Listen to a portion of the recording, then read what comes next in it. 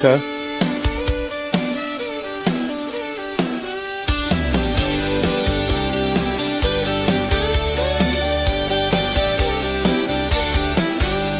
In the heart of Brookville, where the rivers flow, there's a voice that's calling, let me tell you so.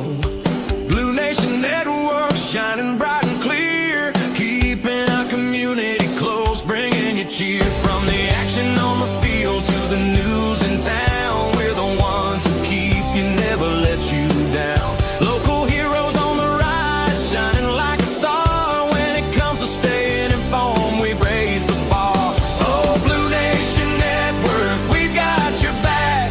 Sports and stories, it's a rocking track. Tune in and listen, join the lively show. Brookville together, there's so much to know. Oh, Blue Nation Network, we've got your back. Sports and stories, it's a rocking track. Tune in and listen, join the lively show. Brookville together, there's so much to know.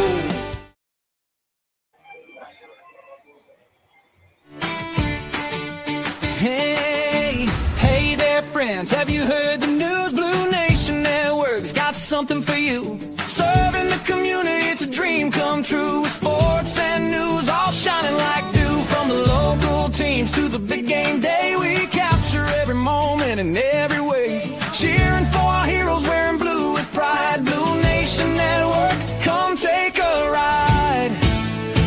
Watch us today, and you'll surely say, Blue Nation Network is where our athletes play.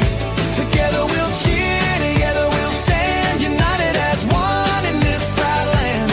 With a smile on your face and your heart full of cheer. Blue Nation's the place, let's make it clear.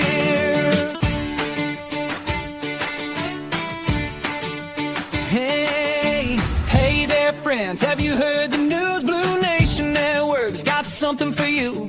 Serving the community, it's a dream come true. With sports and news all shining like dew. From the local teams to the big game day, we capture every moment in every way. Cheering for our heroes, wearing blue with pride. Blue Nation Network, come take a ride. Watch us today, and you'll surely. Oh, jeez. Hey, everybody. Welcome to Brookville Area High School as the Raiders are hosting the 5-2 DuBois Beavers. Brookville comes in with a 2-4 record.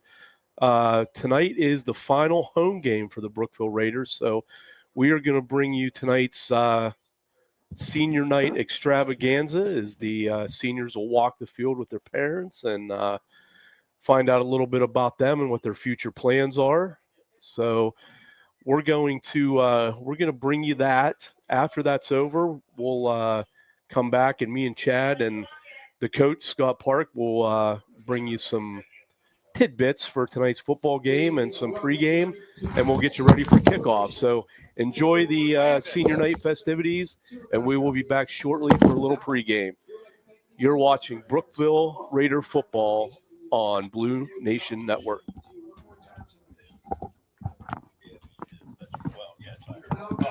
First senior band member, Emery Birkin. Emery is the son of Tiffany and Andy Birkin. Emery has been playing in band for 8 years. His student activities include band, jazz band, and he enjoys playing guitar. Emery's most memorable moment anytime Luke McKinley opens his mouth. Emery's future plans are to join the police force. Emery Birkin.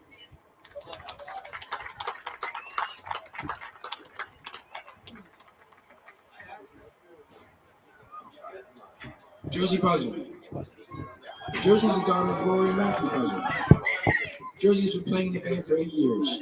Her student activities include musical, Dolores Van Cartier this year's choir, chambers, band, and drama club. Josie's most memorable moment are taking Emery's drum from him and for him looking for it for 25 minutes at a Clarion away game. Josie's future plans are going into tattooing. Josie Buzzer.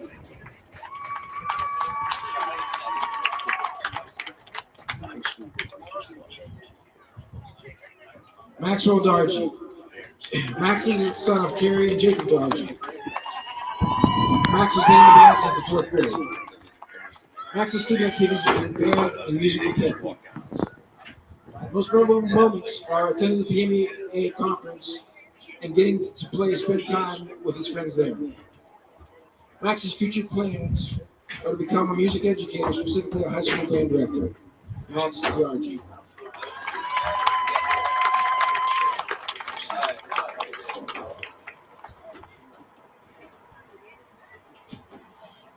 Jaden Duncan. Jaden is escorted by Sabrina Duncan and her older brother Ashton. Jaden has been playing in the band for 9 years. Jaden's student activities include section leader of the alto sax, the mellophones, vice president of Met Club, and a member of Drama Club. Her most memorable moment is the time the seniors put a beach in the student parking lot, or when Noah and Mr. G had a lightsaber duel on the final day of band camp. Jaden's future plans are to attend college for nursing. Jaden Duncan.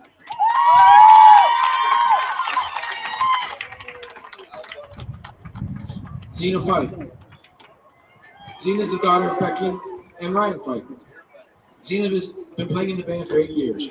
Her student activities include marching band, Med Club secretary, National Honor Society, art club, concert band, honors band, district band, advanced and region band the last 2 years, and musical pit.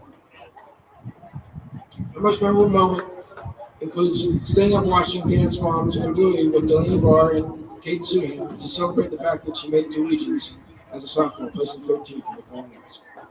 Zena's future plans are to earn her RA and BSN and work in the intensive care NICU unit or as a neonatal nurse. Zena Fife.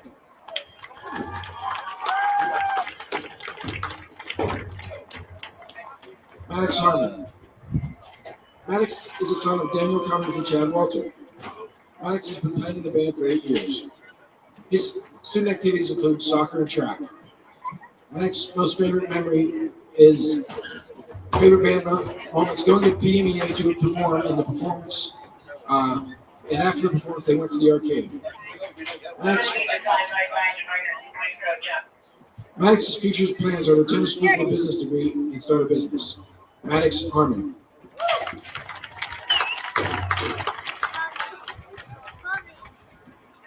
Layla Cameron. Layla is the son of Brian and Erica Cameron. Layla has been playing the band for 9 years. Her student activities include basketball, softball, archery club, and fishing club. The most memorable moment is the Punksy game where it rained the whole time and the band sang all their songs.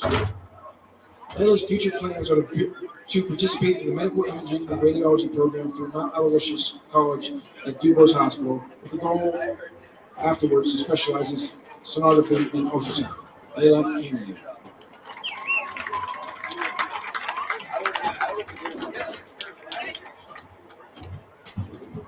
Julie Rinker. Julie is the daughter of Brian Rinker and Jamie Minnick. This year is Julie's first year in the band. Her student activities include German club, Med Club, basketball, and concert choir.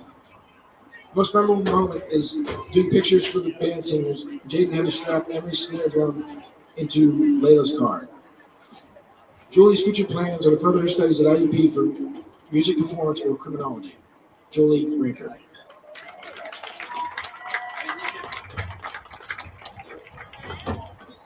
Josh Samani.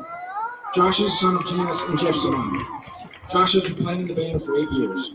His student activities include Med Club president, YAG treasurer, basketball, and marching band.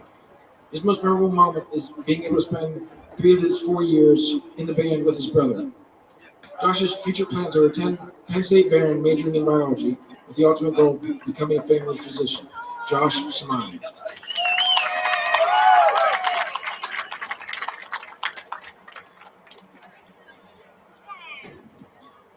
Noah Schick.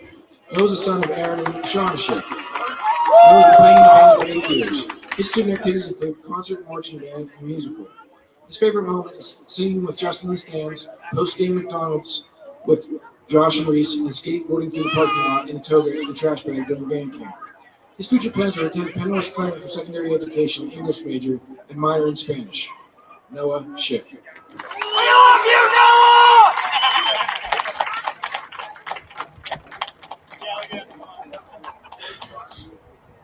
Justin Smith. Justin is accompanied by his mother Martina and stepdad Joey. Justin has been playing in the band for 8 years. His student activities include German club, track, soccer, musical, and choir. Justin's most memorable moment is going to sheets after football games freshman and sophomore years. Justin's future plans are to attend college for law. Justin Smith.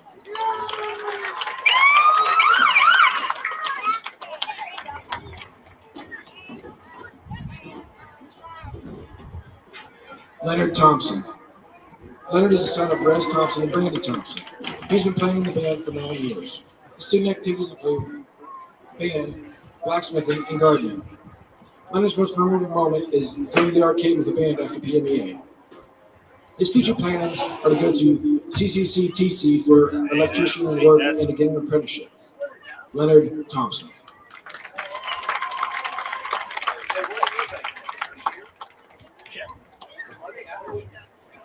Phoenix Walker. Phoenix is the son of Seth and Mary Walker. Phoenix has been playing in the band for 9 years. Phoenix is in yearbook club, baseball, and of course band. His most memorable favorite moment is going to the AMEA and afterwards in the arcade finding a loophole in the machine to win all the tickets. Phoenix's future plans are to join the Army and then study history at AP. Phoenix Walker. They're going to lose. They're going to be 1-5. Going into the bye week. Emma Wilson. Emma's accompanied by her mother, Jean Nichols. Emma has been playing in the band for 9 years. Emma's student activities include Class of 2026 Representative, Student Council, National Honor Society, active member of Jefferson County 4-H, including being on regional state teams, and student school board. Emma's most memorable moment are the lunch conversations that we always have on that contemporary lunch chaos. Emma's future plans are to major in radiology and become a registered respiratory care therapist. Emma Wilson.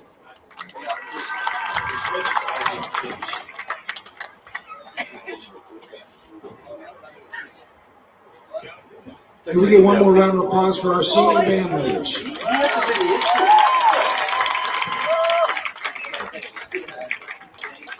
Now let's meet our cross-country seniors. Clara Downs. Claire is the daughter of Sean and Allison Downs. Claire has been running cross-country for 4 years. Her student activities include cross-country, indoor and outdoor track, National Honor Society, Student Council, Brookville Church of God Youth Group. Claire's most memorable moment is when she went to cross-country states with Erica last year. Claire's future plans are to attend Penrose Clare University to pursue a degree in speech pathology and be part of their track team. Clara Downs.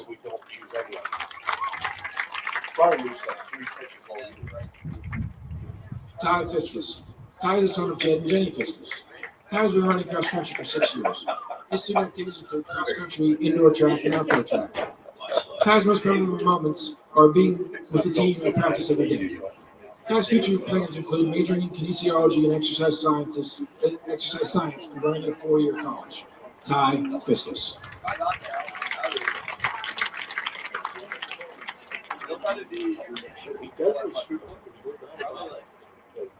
Man, just you make that mistake. Anybody. Let's have a nice round of applause for our cross-country seniors. No, it doesn't. Our first football senior is Connor Ansman. Connor is the son of Heather and Jason Ansman. Connor's been playing football for 6 years. His student activities include football and weightlifting. His most memorable moment are breaking the 12-year-old squat record as well as the deadlift and clean records and his interception in the final game of the 2024 season. Connor's future plans include playing football at the next level. Connor Anzimer.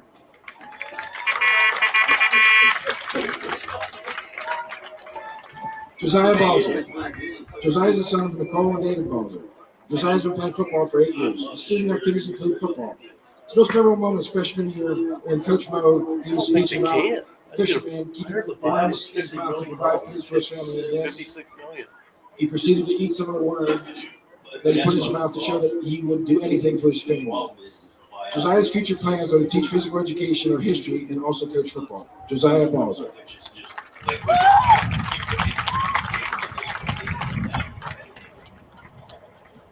Trent Colby. Trent is the son of William and Melissa Colby. Trent has been playing football for 11 years. His student activities include football and baseball. Trent's most memorable moment are winning the Super Bowl in Lumberjacks. Trent's future plans are to seek higher education and study sports medicine. Trent Colby. Yes.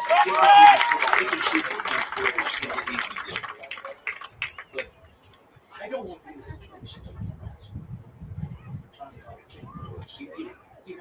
Stephen Fitzpatrick. Stephen is accompanied by Luana and Luana Fitzpatrick and Elena Gary. Stephen has been playing football for 2 years. Stephen likes to play basketball, video games with his brother, and binge watch TV with his brother, and undergoing rides and trips with his family. Stephen's most memorable moment include riding bikes around Youngstown with his brothers and watching movies with his grandpa. Stephen's future plans are to join the Air Force and then go to college for IT, get married and have kids and start a business. Stephen Fitzpatrick.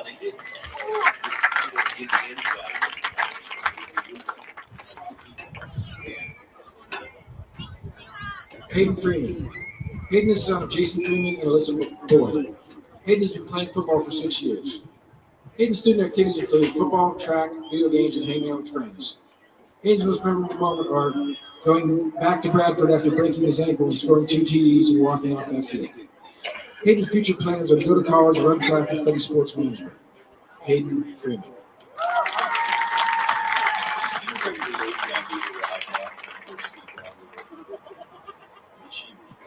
Sam Cruz. Sam is the son of Tom Cruz and Courtney Cruz. Sam has been playing football for 5 years. His student activities include Med Club and Student Council. Sam's most memorable moment are catching all the touchdowns from his brother Charlie. Sam's future plans are to attend IUP and major nursing, and then go on to become a nurse and anesthesiologist. Sam Cruz.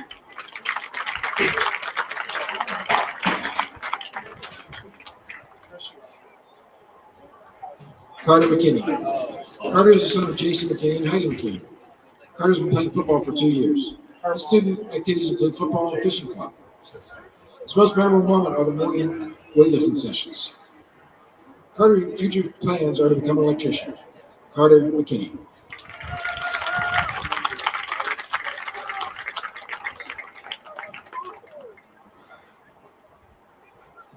Dante Moria. Dante is the son of Mary Ann Moria and the late Craig Moria. Dante has been playing football for 6 years. Dante's student activities include baseball, football, and weightlifting. His most memorable moment are beating Punxsutawney in the mud game and getting the Route 36 trophy, and playing Carson City in the playoff 2 years ago. Dante's future plans are to join an operators union.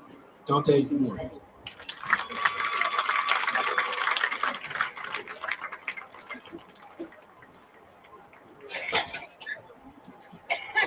Aaron Turner. Aaron is the son of Anna and Matt Turner. Aaron has been playing football for 6 years. Aaron's student activities include Bible Club, Student Council, track, basketball, and Class of 2026 representative. Aaron's most memorable moment are driving to Brockway with the Masenkos and Easton Rouch, almost crashing in the car. Aaron's future plans include graduating and going to college for physical therapy. Aaron Turner.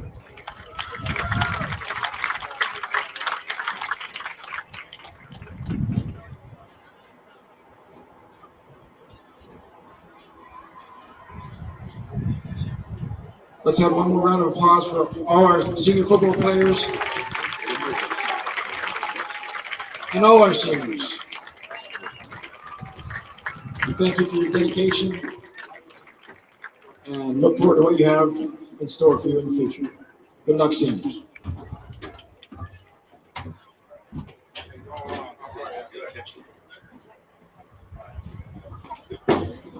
Hi, Owen.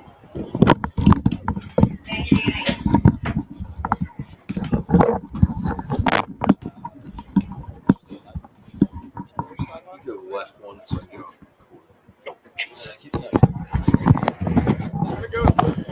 All right, that was our senior night activities, and let's get ready for some football.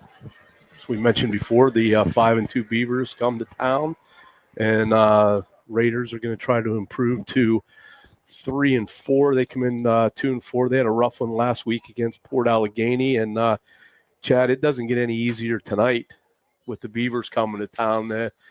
They got not only one of the better quarterbacks in D9, but maybe the state. Well, I think I checked with the FCC. I think we're allowed to say damn tonight because we're playing the Beavers.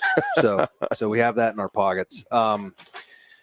We know from the baseball world of the abilities of one Mr. Trey Wingert, who I had a chance to catch up with. I just happened when I was coming in tonight. I talked to TJ earlier in the day and met him just outside the locker room. Just a class act. We have watched him progress over the handful of years on the baseball field. And you talk about a kid. We referenced Luke Burton being one of those guys that just lets his body of work do all the talking. And Trey is cut from that same mold. And he's on his way to Delaware to play baseball for a guy near and dear to you, Mr. Greg Mamula. Greg Mamula. Yep. And he's got his studies figured out. Just a kid with a plan, dedicated to the gym, thinking about getting into nutrition. He's doing some work on the side in a pharmacy, and that's kind of gaining some interest with him. So bright, brilliant, well-spoken, respectful young man that is going to be an absolute handful tonight. We have not only the leader in the state of passing yards, but we've also got the leader in the state with receiving yards, and Mr. Hansley, who I was up this week. I worked a JV game and then a junior high game in DuBois this week, so I've been up there quite a bit. I should probably be paying taxes for all the more I've spent in the land of the city. But the Hansley kid, in talking with coaches and so forth, that usually through track, baseball, wrestling, whatever, you come to know some of these kids, and he's just out of nowhere. Well, come to find out, he's had a couple knee surgeries. So unfortunately, this young man who has had an absolute breakout year, had he stayed healthy, Lord only knows what we would be thinking about him at this point. So he comes in just shy of 1,200 yards on the year. And are you sitting down? Do you know how many times he's hit pay dirt? I know. You cheated. I did cheat. I looked it up. 17 times, Shaq. What do you think of that? Yeah, Pretty good. That goes along with Wingert's 30 touchdown passes, which is pretty incredible too. Yeah, and not only does he find the end zone, but like we said last year when we were up in DuBois, the compliment that I give is you come into the stadium and you watch him zinging it around in pregame, and the first thought in somebody's mind that doesn't know any better would think, holy smokes, that guard or that tackle can really throw the football well. Yes. He is an absolute He is a beast. unit. And me and Shaq were sitting here watching warm-ups, and he was down at the goal line at the far end zone here, and he was heaving the ball 65 yards in the air. Yeah. We sit here and watch a lot of warm-ups over the last, I've been doing this for I don't know how many years, and I've watched a lot of warm-ups.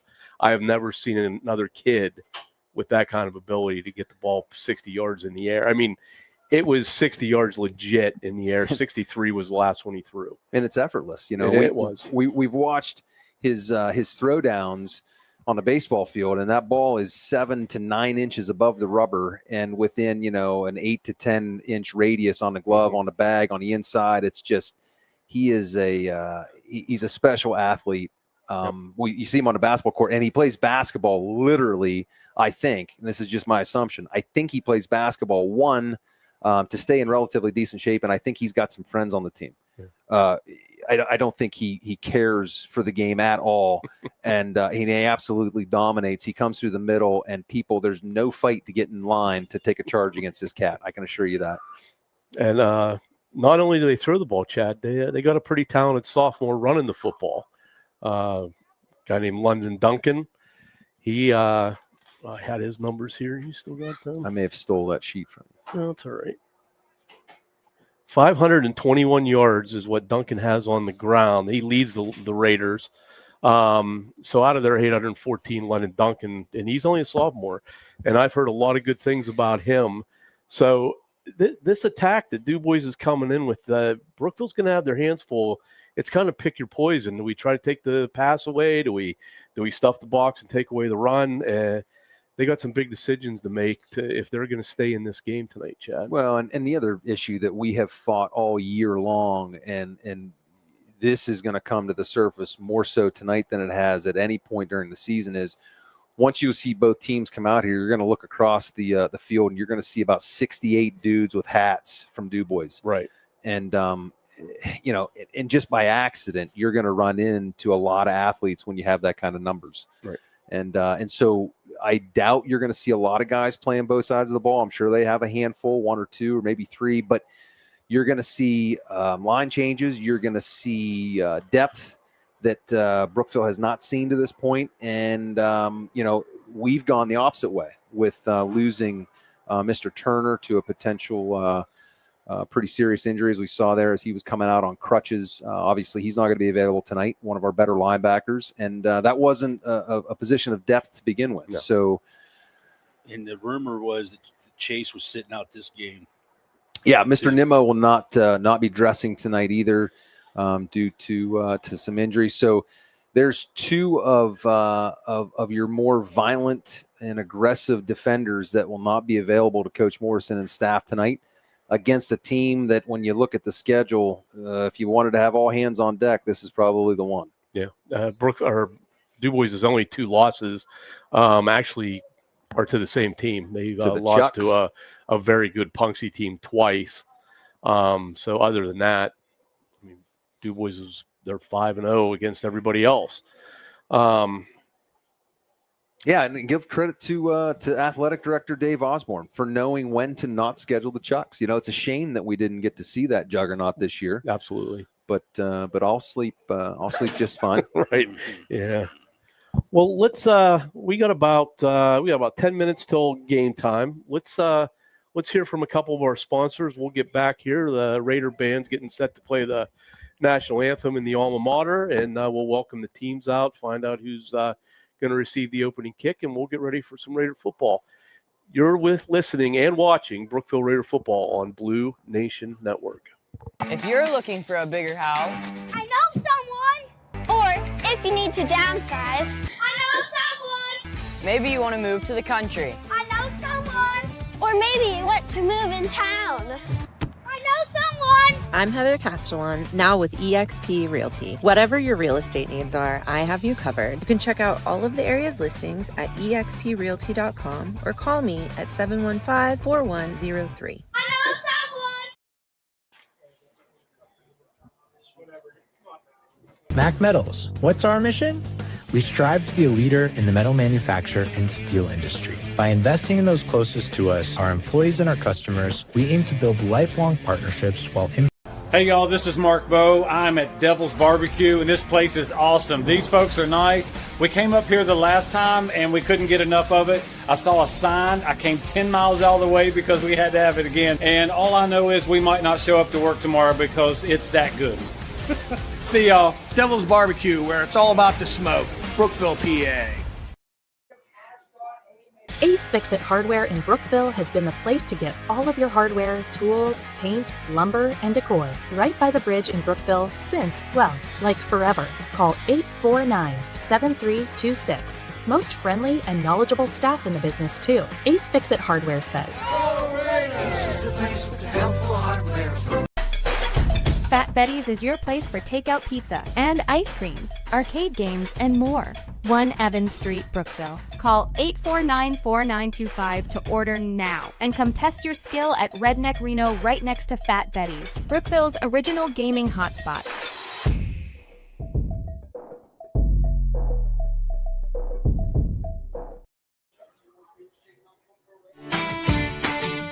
Hey there, friends. Have you heard the news? Blue Nation Network's got something for you. Serving the community, it's a dream come true. With sports and news all shining like dew. From the local teams to the big game day, we capture every moment in every way. Cheering for our heroes, wearing blue with pride. Blue Nation Network, come take a ride. Watch us today, and you'll surely say, Blue Nation Network is where our athletes play. Together we'll cheer, together we'll stand, united as one in this proud land. With a smile on your face and your heart full of cheer. Blue Nation's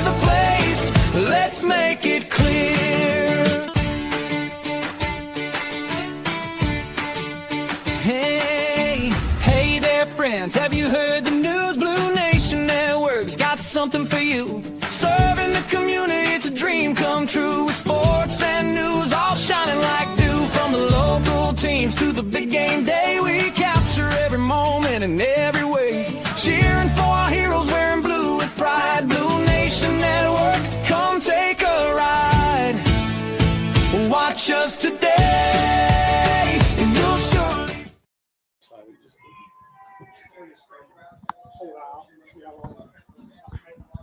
All right, we're back. All right, welcome back, everybody. Beavers have taken the field. We're waiting for the arrival of the Blue Raiders, and while we're doing that, Scott, busy week in Brookville sports this week. Oh, Where do we start? How about let's talk a little bit about Ty Fiskus. oh boy. Ty, go ahead. yeah. You know a little bit more about it than I do. He broke the Brookville course record by like 20-some seconds the other night on senior night in the bad weather, the rain, stuff like that. The Liam Whitling, if Ty wouldn't have been there, he'd have broke the record. So, that's just wrong place, wrong time. Wow. Yeah. So like that was big, and those two guys are going to be a big part of the track team in the spring there. With I feel like the distance aspect of track this coming season is going to be really big. Like wow. I feel like they're going to be able to score a lot of points, and so that's good and good for Ty. And Ty had a big week, was homecoming king, and then turned around and broke the course record. Yeah. So, and cross country is at Rocky Grove tomorrow, and then Tuesday is the KSAC cross country championships. It's at North Clarion, and then the District 9 cross country championships is Saturday the 25th. So that's your breakdown of cross country. I'm gonna go ahead real quick, Scott. I just step in. Not that I'm promoting my nephew too much, but the night after he was crowned prom king, or not homecoming king, he went up to Ridgeway the next day and broke the course record there before he broke the Brookville record on Tuesday. They won that invitational. So that's the same track that they run the districts on. Now, forgive me because I'm not all that big of an expert on cross country, of course, but so they can go to states and everything. Like they qualify. There's a state cross country. Yeah, okay. They actually run down there at the golf course there beside her. It used to be the golf course that we passed going to the arena. We played on there once. I was going to say we played there. Those two holes that smelled like back in the sewage plant. Well, that was like 9 holes smelled like chocolate. Yeah. And the other 9 smelled like the sewage plant, to be politically correct. And it had nothing to do with my golf either. No. So they'll have the KSAC championship on Tuesday, and then they'll have that week and a half to get ready for districts because this is the 25th. And speaking of golf, Sammy Neal headed to states over in State College. They'll play the blue and the white course over there. That's the 20th. Yep. Take a break for the national anthem here.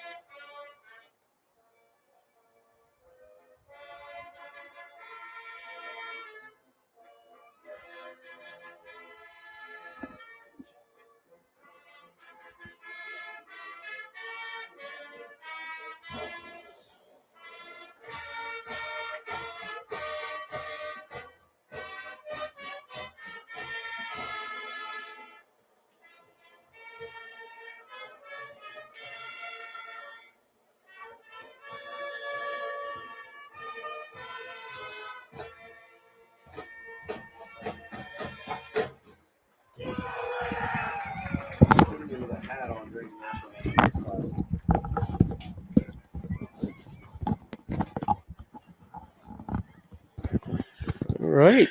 That was the national anthem.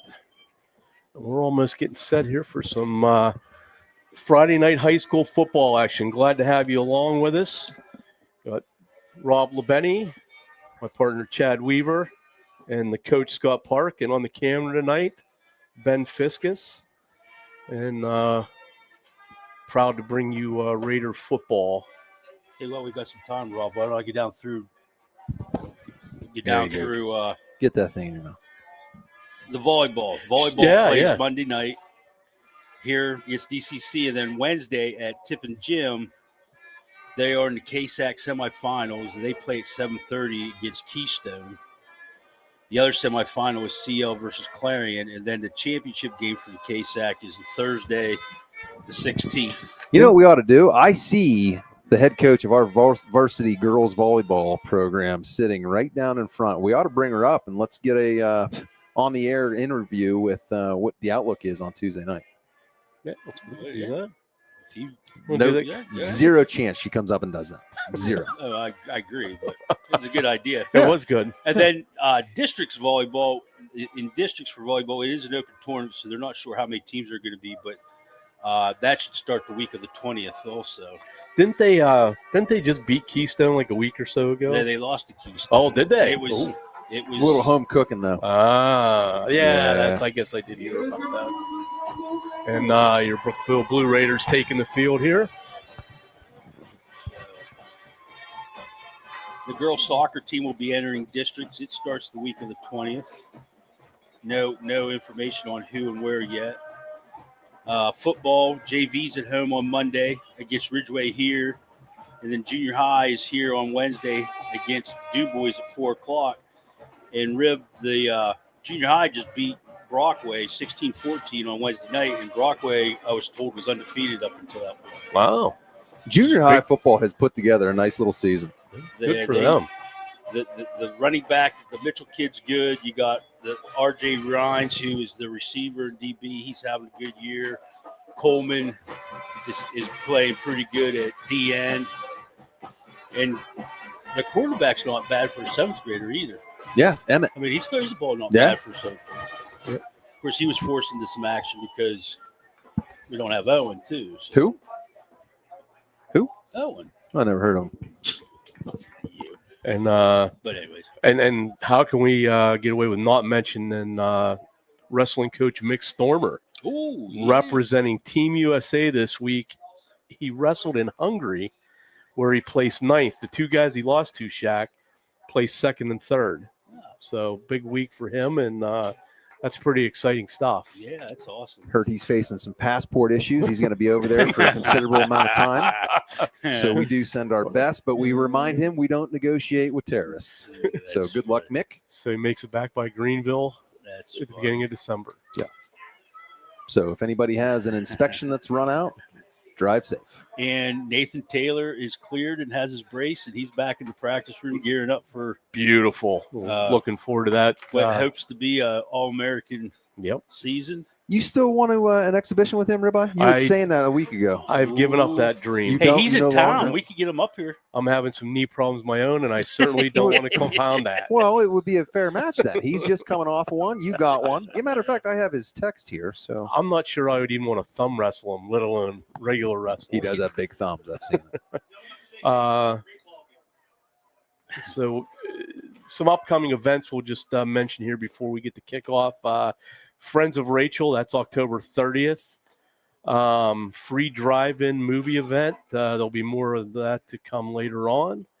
Once again, guys, as we've mentioned before, any fundraisers that you need help getting the word out to, let us know. We'll be glad to announce those. For any school events, whether it's sports, plays, whatever you got, let us know. We'll be glad to get the word out and try to help those fundraisers along. And unfortunately, Coach Householder has declined the interview at halftime, as I assumed she would, citing that this is playoff season and she's busy watching film and there is no time to dilly-dally with you fools. Her exact words. So DuBois is going to receive the opening kick. Jaden Moraz from Brookville set the kick, and then we have London Duncan and Chad, you get a number on that far. I got man. I got to head to Whitling. Is it Whitling or Little Y? My bad. Looks like Jackson Hansley, number 7. Yeah, I'm going to let you do that. Yeah. I didn't bring my specs. So here we go. Mraz runs up. There's the kick. Line drive up the middle. It's going to be taken by Hansley at about the 15-yard line. He makes a cut, and he's going to be met. Bounces off a tackler, looking for room to the outside.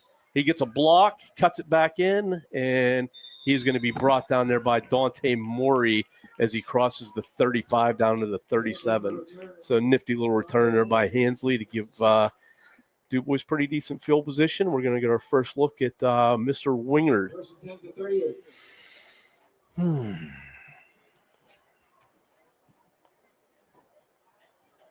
So Brookville is going to have to bring the lumber tonight. And something, of course, we've talked about at length is try to avoid the big play. You think Wilson's Woodshed could help us out with said lumber? I would hope so. Wilson's Woodshed, one of our great sponsors. And there's the jet sweep to Hansley. Hansley cuts this up in. He gets the midfield, crosses over, and he's going to be brought down at about the 45-yard line. So big pickup there on first down as Hansley took the jet sweep around the end and gets into Brookville territory. First thing that's noticeable right off the bat, saw this a little bit in previous games with DuBois. Their front five are not only large, but they are very athletic. Absolutely. And we touched on that a little bit last week, that you could expect that DuBois physically was going to be bigger, stronger, faster. Like you mentioned at the top of the show, just the amount of athletes to pick from. Wingard's fleshed out of the pocket, and he finds a seam, and he's going to be tripped up there at the 30-yard line. Is that Kelgren? Krug, I think. Is it Krug? Yeah. Sam Krug on the tackle as he tripped up Wingard at the 30. And you're missing a starter from last year's team. DuBois. Who's that? War. Is he hurt? No, he's not playing. He focusing on wrestling. Yeah. Yeah. So it's going to be. And he was good. He started both ways last year as a freshman. Another first down there for the Beavers as they are set up just outside the 25 at the 26-yard line. 10:52 left here in the first quarter. No score. Here's a snap. They're going to hand this off to Duncan, and he's going to weave his way down inside the 15 down to about the 14-yard line. Is that Brogan or Shaq? Is that his name? Kendall. Kendall. Okay. All right. There is a Brogan, isn't there? Might be his brother. I don't know. I honestly don't know. Okay. 10.5 minutes to go. Maybe if Gabe Bowley's listening to us out there, he could text us and let us know. They go right back to Duncan. He's going to scamper in for the touchdown. London Duncan from 14 yards out gives the Beavers a 6-0 lead with 10:21 left in the first quarter. So DuBois goes right down the field on 5 plays and hits pay dirt as they're going to take an early lead here on the Raiders. And Trey doesn't even get one out of the gun yet. And No. It's 6-0 DuBois. Technically, the jet sweep pop pass was a pass. Ah, you're always on that technicality. And the kick is up, and it is good. So it's 7-0 Beavers. And kick off the fall here. Raiders are going to get the ball. So I guess it goes without saying, it's going to be big here for the Raiders to try to score back, maybe possess the football for a while, keep Wingard off the field. Again, easier said than done, but I'm sure that's what they're trying to draw up. Well, yeah, I mean, we've said this a couple times this year. We want to make sure that we can bleed some clock, but most importantly, if we do move the football, we got to get paid. We got to find the red zone, and we got to find a way to punch it in. It's been somewhat of an issue for the most part on the season, which is the goal of any team that lines up on a Friday night is to get 6. But yeah, we're not speaking out of school. That's kind of the whole meaning of the game. So we got Kelgren and Freeman deep here. And number 23, that's Maddox Barnes. All right, it's unfroze. Hiccup. Maddox Barnes the kick, and he boots a kind of a knuckleball that's going to find its way out of bounds, and here comes the penalty flag. So good field position here for the Raiders as they come out. On offense, 10:21 left on the clock. Beavers lead 7-0 as they scored on their opening possession of the ball game. Got a couple new sponsors this week. Fat Betty's Pizza and Arcade, North Fork Veterinary Clinic, Plyler's and Long's Oil and Lube Express, and Whittling Eye Company. So welcome aboard, guys. Glad to have you. So I wasn't speaking out of turn when I mentioned Whitman. No, I was worried I was going to get censored there. You guys have two options to get your eyes checked. Okay. Yes. All right. Beautiful. So maybe we'll split up and one, go the other, and then we can compare. Better. Hogan out of the gun, twin Worse. stacked. They're going to go right to Krug. Krug bounces off a tackle, gets a seam, trying to get to the outside, and he's going to be drugged down there after a gain of about 5. And that looked like number 1, Samson Deeb, on the tackle. 6, 4. Interesting development this week from state rules interpreter Dave Blair. I'll mention that after this play. Colgan trying that hard count. He did pretty good against Port Allegheny last week. Got that to work about 5 times. This time, Colgan's going to screen this out to Calgary and gets a good block on the outside from Moore. He gets to the sideline, and he is going to be drugged down out of bounds by number 3, Thatcher Hansley. But a nice little run there by Calgary to get the Raiders down inside Beaver territory. Great block by Donnie. Yep, Donnie did a great job on the outside to spring Calgary. As many of you know, on JV and varsity nights, they changed the play clock to 25 and 40 at respective times of the game. And moving forward now, junior high games will be run by the same way. That wasn't always the case. They go Krug up the middle, and he's going to fall forward for about 3. No, Bobby Hack is holding his knee. Okay, he's getting He's a little slow getting up. Yeah, I think he. I don't think that was a. I think that was a contusion there. I think he took a shot. So do they want the play clocks running for those now? Yeah. As of Tuesday, effective immediately, junior high clock will operate just like the JV and the varsity games, which is putting a little bit more pressure on the press guys up in the box. Great. Yeah. I only have one game. They go right back to Krug. Nice hole, and he crosses over the 35 down to about the 33-yard line. So that's going to bring up about a 3rd down and 2. Decent little drive going here for the Raiders as they march down deeper into Beaver territory. Big Bobby Hack continues to flex that left knee, hoping just a bruise there.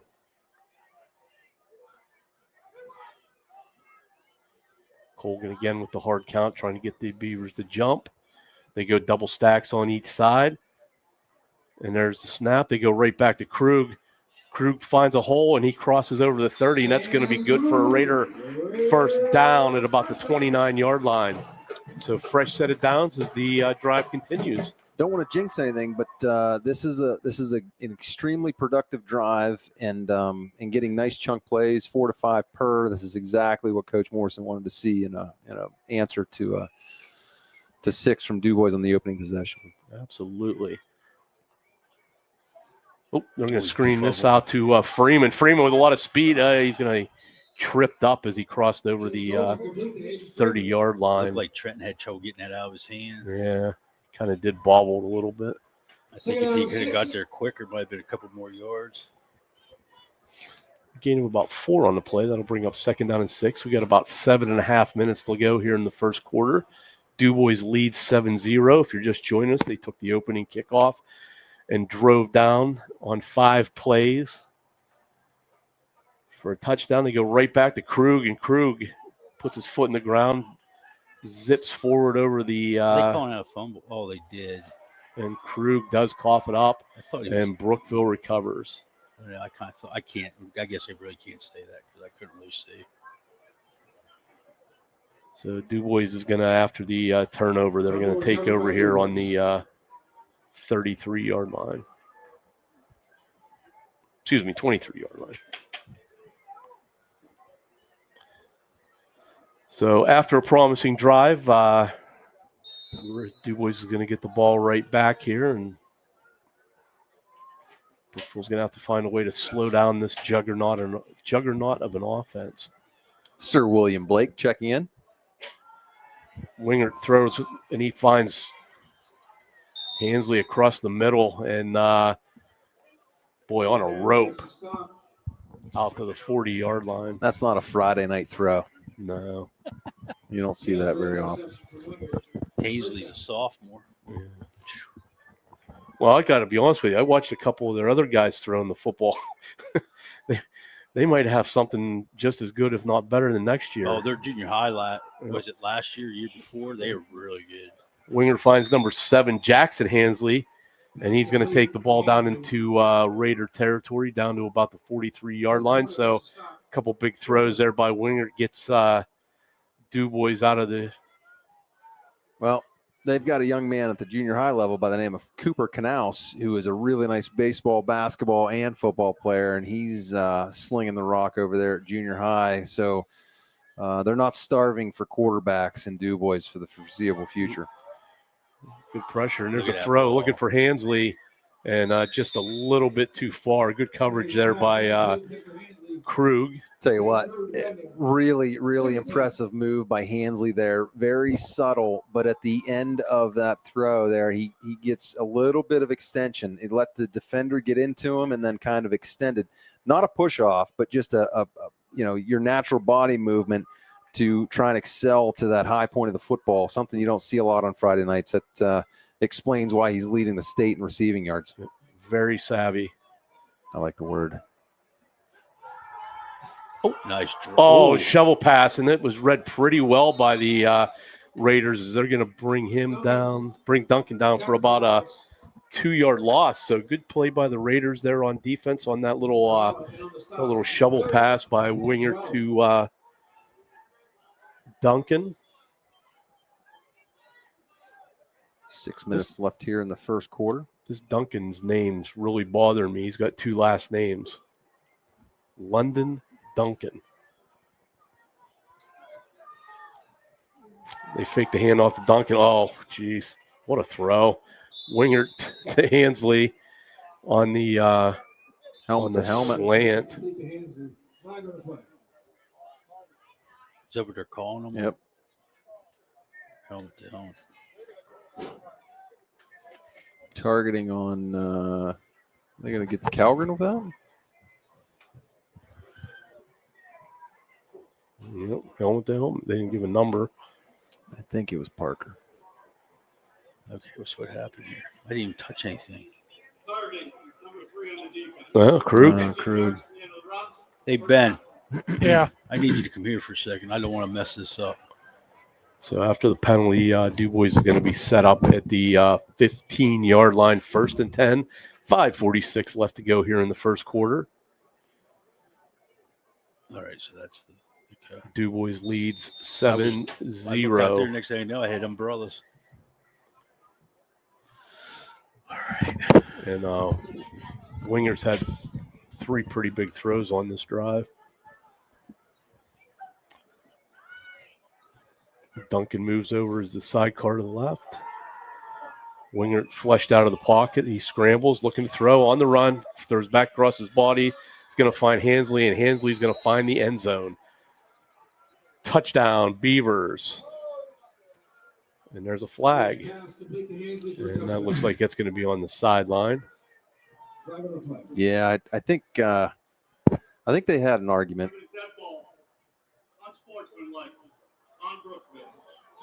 But I think they had a relatively reasonable ask on a hold there.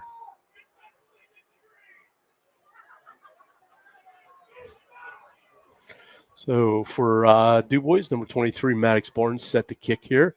Number 1, Samson Deeb, or as some of us know him, Sammy Deeb, is going to be your holder. That'll be assessed on the kickoff.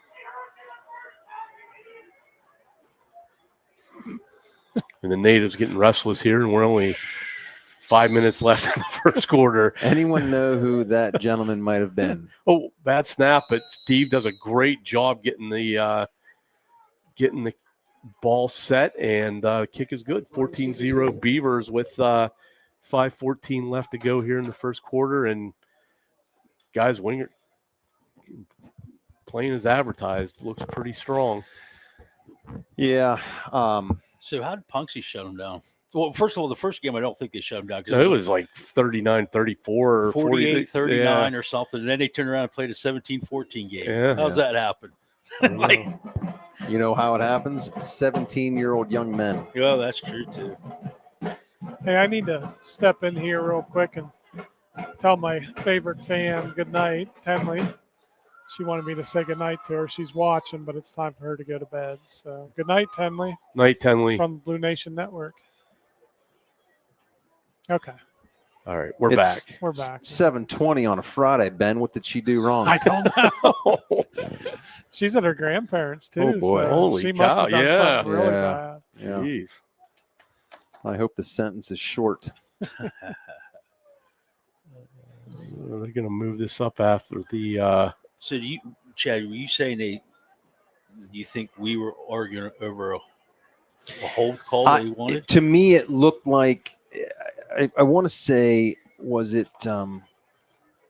It was either Phillips or maybe I thought it was Phillips. Somebody looked like they came off the edge, got off a block, and then got picked up by an interior lineman and kind of got a little bit of a tug job. Yeah. So that kick's going to go into the end zone for a touchback. And, pulled on the jersey. I got you. Yeah, that's right. And that was the reaction I kind of saw, and I think there was some excitement immediately followed by that. I that's the only thing I can think of. And let's listen. Frustration is pouring out of our sideline, and rightfully so. This is it's not the start you were looking for. Not at all. Not at all. And no secret, this is a tall mountain right from the very, very start to try and climb. But if you feel like things aren't on an even playing field, it doesn't bode any better. Brookville goes with their bunch formation down here at the bottom. Colgan out of the gun. Takes a snap. Is that third Burns? degree? Yeah. Who's that? Burns. Isaac Burns. Okay. Not to be confused with Montgomery. Isaac Burns, ball carrier. He is a deceivingly little nice running back. I watched him in the JV game, and his varsity time.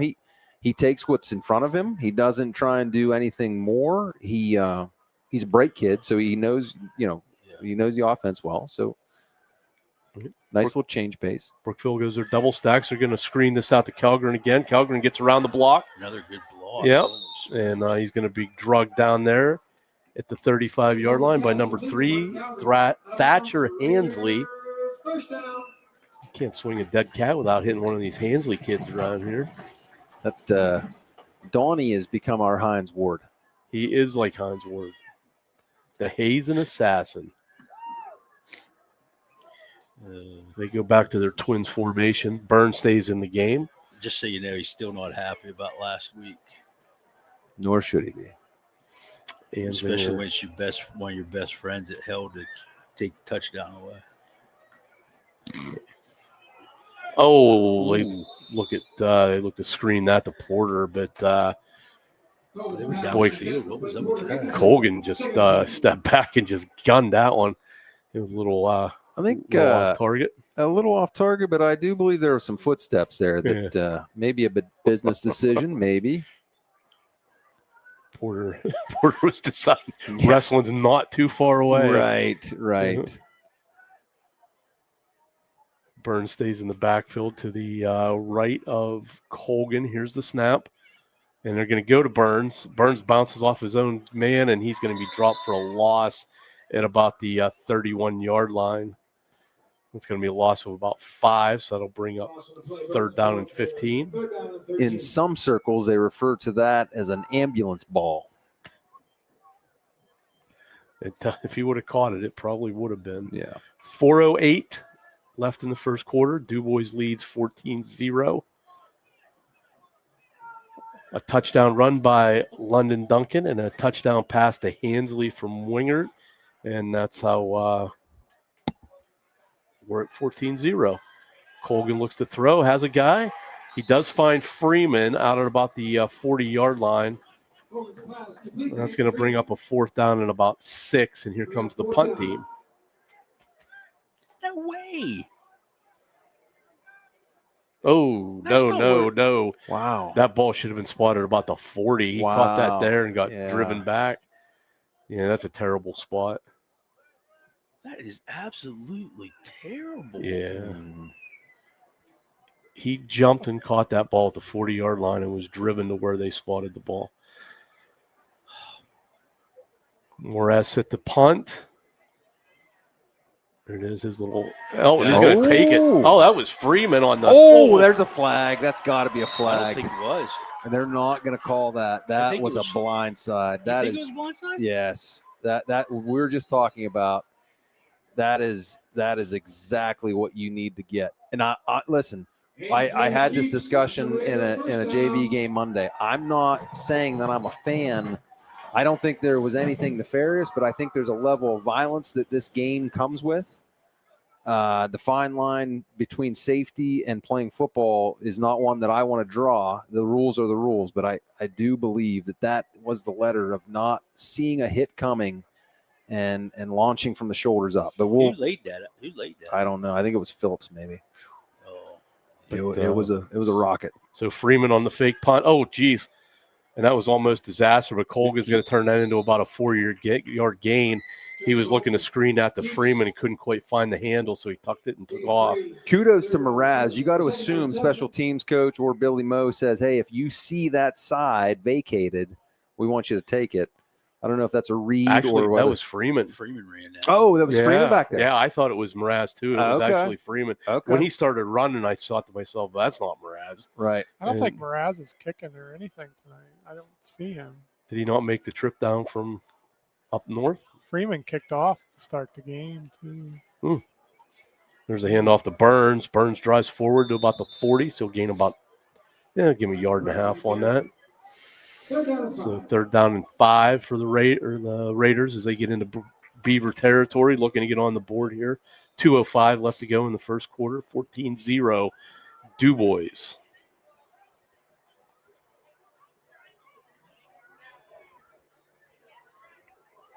I'd like to thank Heather Castellan, EXPA Realty, for her sponsorship of Brookville Raiders sports.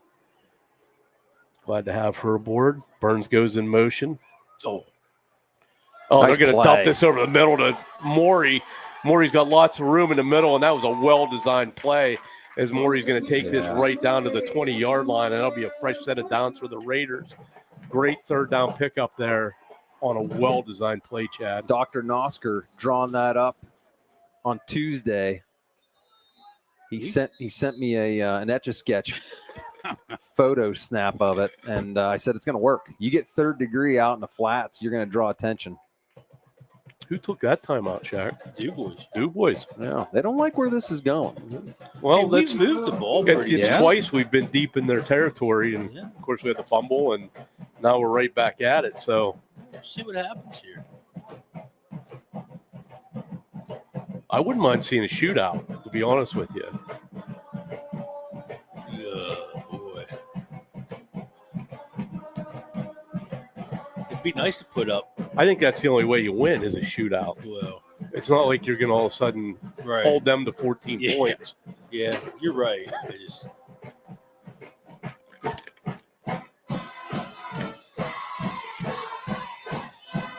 I just want to see if the fire truck sirens work. Yeah, that'd be nice too. Maybe we'll get Dawn anyone here. The Hazed Assassin. He doesn't have one yet this year. No, we were talking about celebrations too if he gets in, and I had to remind him that the first 5 he showed me are all illegal. Great. Yeah. Bunch formation to the top. Oh, geez. That was probably a give. Yeah, They faked the handoff to Burns. Colgan tried to pull it down, but he was met there in the backfield by number 56, Maddox Clark. And Brookville's going to lose about 4 on that play. So I'll bring up 2nd down and 14. Ball just outside the 25-yard line.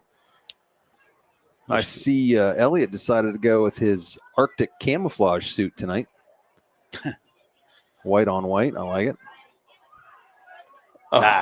Again, they screen this out to Freeman. A little low, but a ball that Freeman would probably tell you should have had. It looked like he was looking downfield before he. So 3rd down and 14, and they really didn't need this drive to stall right now. Well, 2 downs to get it. Let's see what happens here. How much time we have in the first? 47 seconds. Clock stopped with 47 after the incompletion. Brookville trying to get on the board here and cut this lead in half.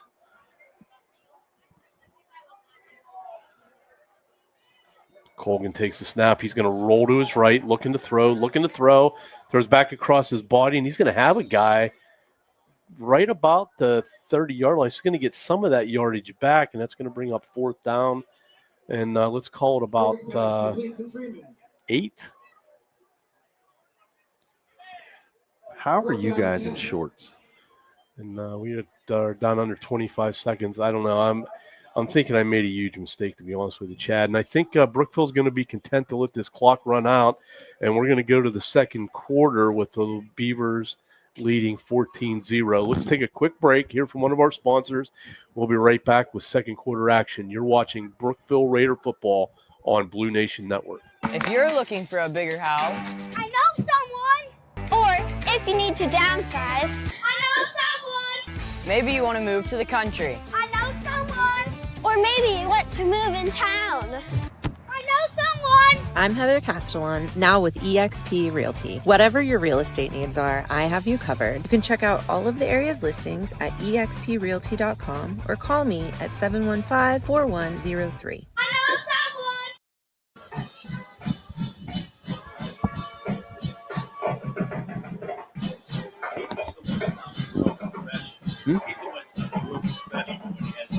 Oh, yeah. There's a hold on number 30. He grabbed the participant in the upper quadrant of the left side of the jersey, did tug it down near his belt. That is a hold by Rule Section 312, Article A. We're going to back the defense up. Mac Metals. What's our mission? We strive to be a leader in the metal manufacture and steel industry. By investing in those closest to us, our employees and our customers, we aim to build lifelong partnerships while impacting the community around us. Family owned and operated since 1989. That's Mac Metals. Located by BWP Bat Factory, exit 86, I-80.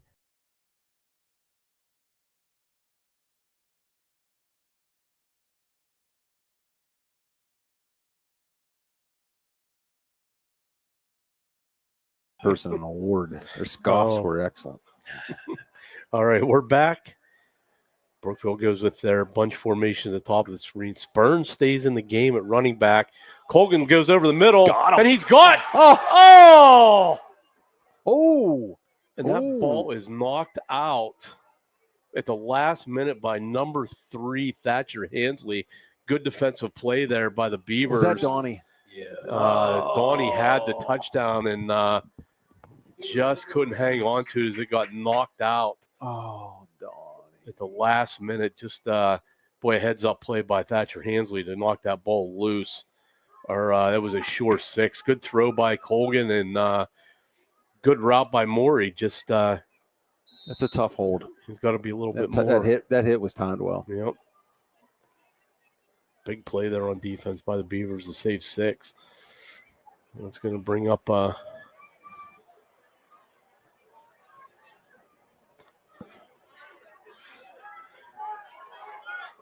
there's a screen pass from Wingard out to Hansley. He's going to cross over the 25 to the 26. Chad, I'm going to take a guess on who this person was that did the scoffing, and I almost 100% believe it's right from above us. It was the spotters, I believe. Oh, really? I have a feeling it sounded. Well, you would like know it. where the shooter came from because you're outside. Yeah, it sounded like it's from right above. Okay. Above the grassy knoll. Okay. All right. 2nd they, and 5. They yelled again here a little bit. They go to Duncan on the carry. Duncan finds the seam, and he crosses the 50. Still on his feet. On his feet. And he's going to be tackled there by, looked like number 8, Porter. Blake Porter on the tackle, and not before London Duncan. Big carry as he's going to take this the whole way into Raider territory down to about the 23-yard line. That guy can motor. He's got some wheels. Yes, he does.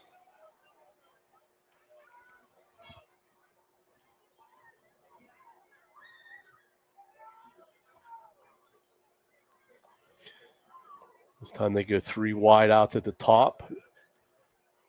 Winger's going to look to throw here. Good footwork, steps up in the pocket. There's going to be a hold on DuBois as Winger takes off. He's going to step out at about the 1, but I got a feeling this is coming back, Chad. I do believe you're right. I wonder if they, in the DuBois weight room, if they just refer to preacher bars as tray bars.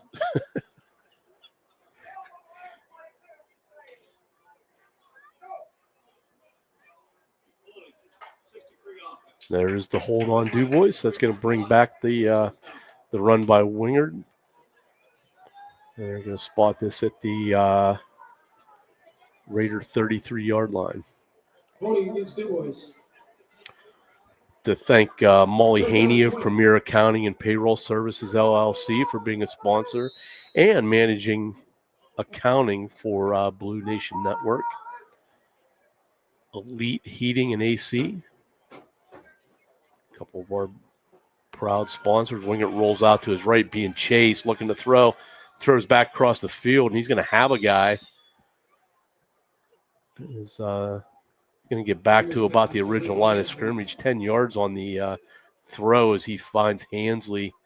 That's going to bring up a 2nd down and 10 as that ball is going to be spotted at about the 24-yard line. Is Krug hurt? That's a good question, Shaq. I was wondering the same thing because he's not on defense now either. Yeah, he wasn't out there on that last offensive possession either. Winger drops straight back, a little bit of pressure by the Raiders. Fumble. And there's going to be a fumble. Oh, what a Winger break. is going to fall right on top of it. So good pressure there by the Raiders as they're going to get the sack. Trenton Colgan. Do you know who was sniffing around if that thing got out of Wingert's possession? Wilson Phillips. Wilson Phillips. Oh, and my. you know who likes to go the opposite way for TDs when we're on defense? I know exactly who likes to do that. Wilson Phillips. Yep. See him down there. So 3rd down See in and the blue tent? Forever. They were working on his right hand there. He's for over here quite a by the fence right in front of the gator. So that's not good. 3rd down and 24. Winger drops straight back, steps up in the pocket, looking to throw. He's going to be flushed out. He's going to find Hansley. Hansley's going to be brought down there by Porter right about the 21, and he's going to be short. But that's going to bring up a 4th down and about 6. What are they? Yeah, they're. So big 4th down here coming up. Well, let's call this 4th down and about 7, actually. And, of course, DuBois' offense stays on the field. They go 3 wide outs at the top. Really called time. And they are going to talk about this. So 9:27 left. Let's run down a couple of our sponsors. Devil's Barbecue, Mac Metal Sales Incorporated, Brookville Chamber of Commerce, K&T Supply, Wilson's Woodshed, Laurel Eye Clinic, Ace Hardware, all our sponsors on board tonight, bringing you this Raider football broadcast. So make sure you, if you're out and about this week, patronize those great sponsors. They make all this possible. Tidbit for the week. Sure, let's hear it. Yeah. Shane Heskey, who's currently on the Brookville coaching staff, is number 8 on the single-season TD passing list with 15. He's number 7 on the career passing yards list with 2,783. And he's number 4 with career TD passes with 29. Do you know who's number 1 in those categories? I got a pretty good idea. Jack Krug. Jack Krug. 40. He threw 40 touchdowns in 2017. His career total yards was 8,362, and he threw a total of 108 touchdown passes. Wow. There you go. He knew where the end zone was. Well, he was blessed with a lot of good receivers, too. Oh, there's no doubt about that. Couple. Yeah. So big fourth down and 8. DuBois goes with a hard count, trying to draw the Raiders off sides, but they're having none of it. London Duncan moves over to Wingert's right. Oh, low snap. Picked up by Wingert. Wingert stays in the pocket. Now he's going to roll to his right. He throws to the corner of the end zone. Coming back. And incomplete in the corner of the end zone. Well defended there by the Raiders, and there is a flag. That should be, if that's a hold on DuBois, that's a declined. Turnover on downs. Nice stop. So good stop there by the Raiders. Is they're gonna keep this score at 14-0, and Raiders going to get back on offense. Big Bobby Hack just pacing on the sidelines like a Brahma bull. I could see the steam coming off the hat. He's upset about that. I don't know if that shot that he took to the knee was illegal or he took offense to it. I can tell in his body posture.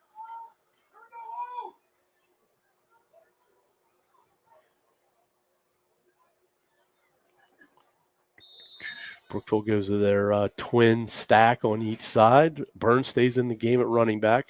There's a snap to Colgan. He's going to gun this out to Kellgren. Kellgren again cuts up inside, stays on his feet, gets out close to the 30. So good gain on first down as he picks up about 8 on that. So that's going to bring up a second down and 2. To thank Fox's Pizza Den, Jason and Jeannie, always great sponsors. Brookville Aerie 983 FOE Lodge, Restorative Medi Spa, Premier Counseling and Consulting. To thank them.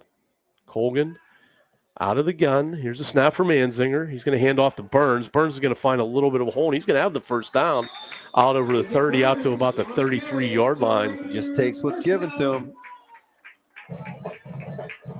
So once again, like we mentioned, Brookville's done a good job moving the football. Just have not been able to punch the ball in. Had one there at the end of the that last drive, but good defensive play by Hansley broke that up. They go with this bunch formation down here at the bottom of your screen. And the offensive line, let's not forget about them. They've done a great job tonight, giving Colgan time to throw here. And ball loose. This time, Burns was met at the line of scrimmage, and he's going to, well, we're waiting for a signal here, but looks like maybe DuBois, DuBois jumps on the ball after the fumble, and they're going to get the ball back in Raider territory with 8:02 left in the first half. DuBois leads 14-0. Like to thank Advantage Remediation Services, North Fork Veterinary Clinic, Plyler's Carwash and Laundromat, Spitzer Chevy, GMC Cadillac, and Subaru at the blinker light. All proud sponsors of Brookville Raider football.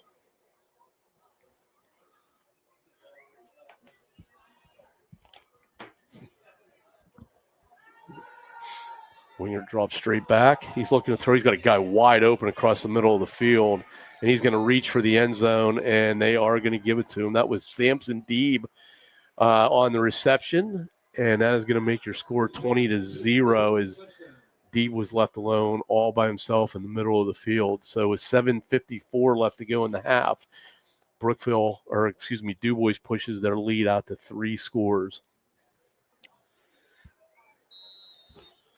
Wingert with his second touchdown pass of the night.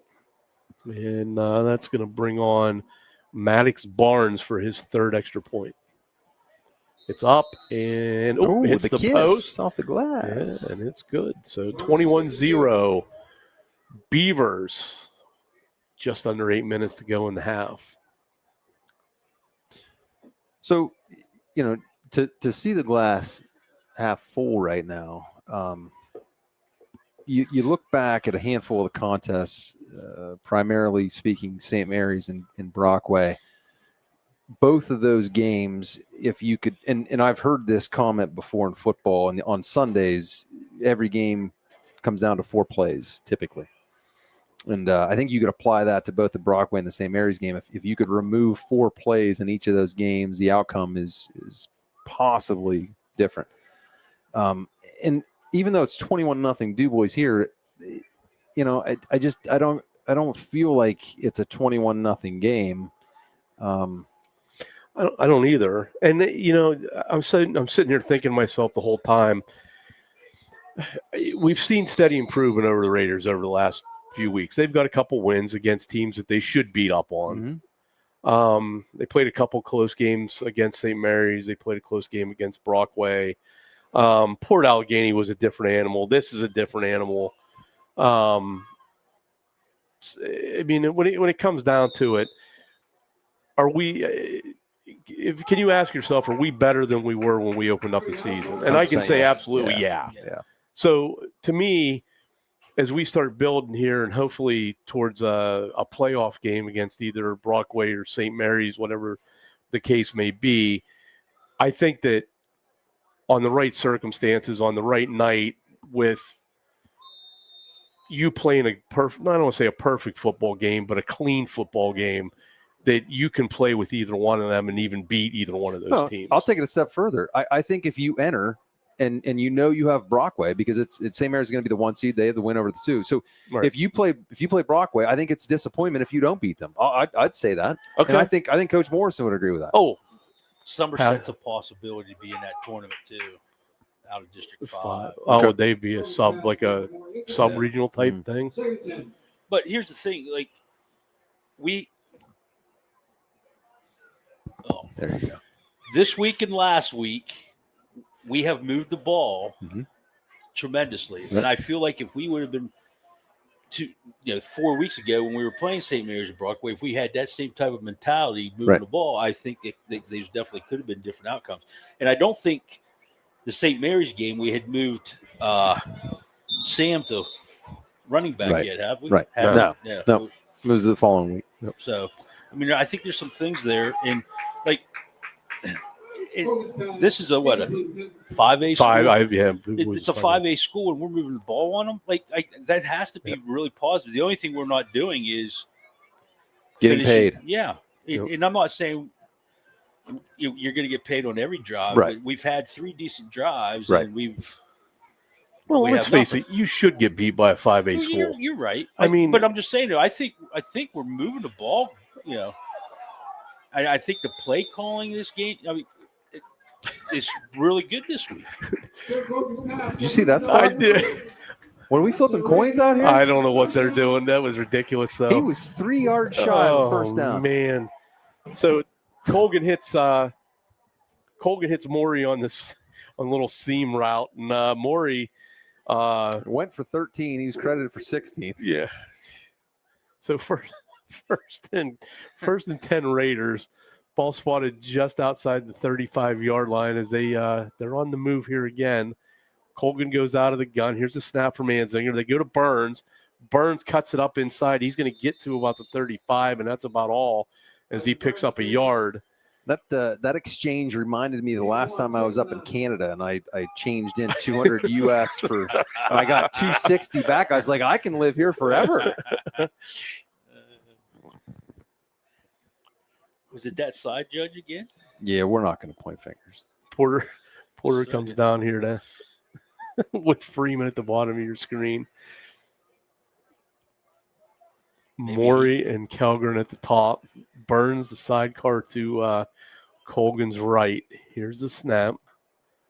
2nd and 9. They're going to screen this out, but comes out a little bit low. Colgan, last couple throws have been that way. I think he maybe needs to get over that front foot a little bit more, Shaq. He's kind of trying to all-arm it. So 3rd down and 9 on the incomplete pass to Kellgren. 5:52 left in the half. Beavers lead 21-0.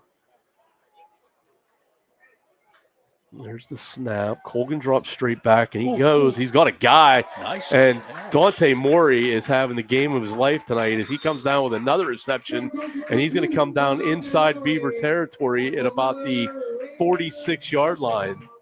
So the Hazen assassin not only getting it done on defense, but he's picking up his offensive game here tonight. That's about his probably 4th catch, I think. Should be his 5th. Well, yeah. Yeah. I'll remind him of that, too. Old flower hands. Maury getting it knocked out of his hands in the end zone. He forgot. He thought he was camping under fly ball backer and didn't realize he was going to Hey, we don't take those for granted. No, nobody in our team takes a fly ball for granted. Oh, Colgan on the keep. He bursts forward for a couple. Gets inside the 45 down to about the 44. 2nd down and 8 coming up. So, this would be big for the Raiders. They do have the ball to open up the second half. DuBois had the opening half kickoff. So you thinking double dip? Yeah, let's double dip it here. Get right back in this football game. Win the middle 8 or middle, what is it? Yeah, middle 8. But that's where Brookville struggled. They've been inside Beaver territory almost all night. There's Burns. Oh, man. Burns gets hit, coughs it up, and recovered by the Beavers. So they're going to take over at their own 39-yard line with 4:20 left to go. So, again, Raiders get a little something going, but coughed up their 3rd fumble of the night. Where is Lester Hayes when you need him?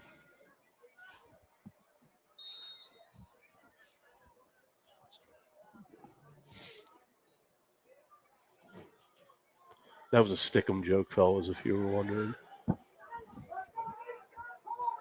You guys might not be old enough to know who Lester Hayes was. I am. I think I recall, yeah. I do remember who Rashard Mendenhall was. That ball's tipped. Oh, that was tipped. Yeah. That's why there wasn't a flag then. Right. Because if they didn't throw that, flag, they needed to go see Whitling or Laurel Eye. I agree.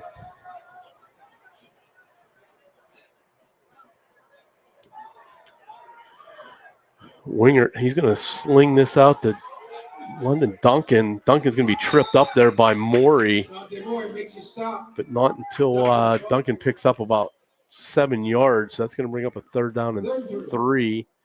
We're under 4 minutes to go here in the half. DuBois continues to lead 21-0. This is a big down for the Raiders. They need to stop here. They go right back to Duncan.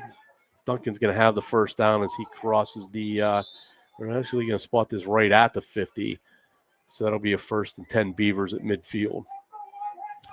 Clock's going to stop while they set the chains. Nope, they're going to decide to mark it at the 48. That dude on the far side was standing right on the 50 the whole time. My apologies. So this is going to bring up a 1st down.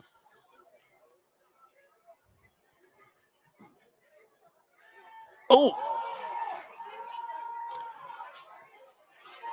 Now, Chad. Jeez. What a throw. Look at that throw. So Winger's going to hit smokes. Hansley for a touchdown on the run, and he threw that 55 yards going to his left. Now, let me ask you something, Chad, you being our resident referee. So I've noticed on about a handful of plays tonight that before the ball snapped, Winger's taken about 2 steps backwards in the anticipation. Is that a false start? It's a gray area. If it's if he's moving just prior to the snap in an attempt to deceive the defense or draw them, then yes. If it's in accordance with receiving the snap, then probably no. You know, the head bob was a thing of concern for a long time, especially when teams started going. You saw a lot more shotgun, a lot more silent counts or claps to snap the ball versus, you know, a traditional cadence. So that teams kind of got away from that. You know, the hard count, the shuddering, the moving of the torso and the head bob, like I said, will typically draw a penalty. But to take a step back in anticipation of a snap, you're rarely going to get that. It's not going to incite a defense to jump. It's not really advantageous to the offense.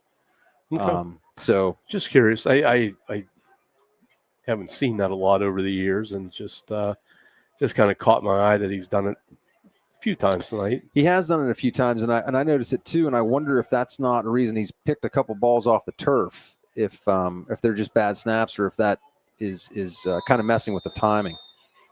They may not be able to hear the cadence with the loud crowd noise that's getting pumped in here at the Wigwam.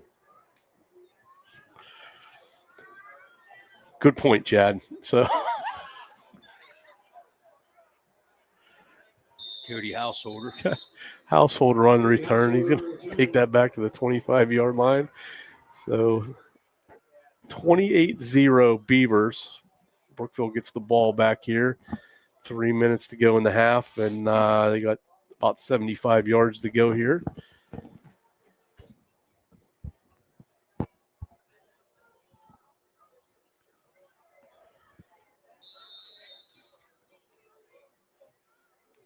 I'd like to say thank you to Jed and Jenny Fiskus and family. We got Phillips in the backfield. Ooh. I was wondering when that change may take place. Let's see that. They faked the handoff there to Phillips, and they screen that out to Calgren. But, not a lot going on there as they going to lose about 3. So second down and 13 coming up. 3 minutes to go in the half. Also like to thank Connie and Lanny Fiskus. Linda Barnes, Stevie and Dominic Morrison, excuse me. Ben and Molly Nixon and family. Lanny Fiskus with another dominant Thursday and went men's Y League lunchtime extravaganza. Colgan looking for some, but Colgan couldn't find Calgren through the traffic. Is good defense there by the Raiders. I'd like to thank PASS, our Parents and Teachers Helping Students group, Chris and Robin Rhodes and family, and Friends of Rachel.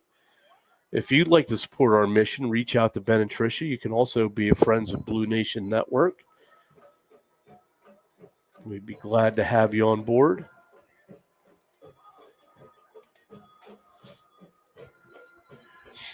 And be sure to follow us on Facebook for all your scores, updates, scheduling.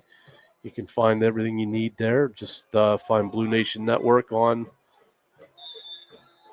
Facebook. Pass intended for Freeman, but that's broken up by Hansley and Deeb.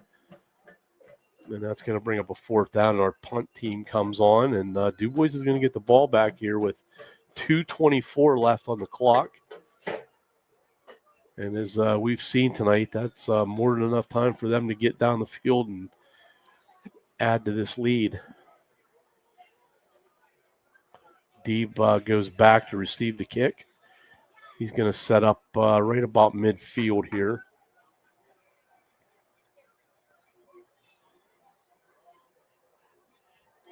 Freeman just gets it off. A decent kick. Takes a Raiders bounce, and it's going to go out of bounds right about the 40-yard line. So I have an announcement. I don't know. This is breaking news.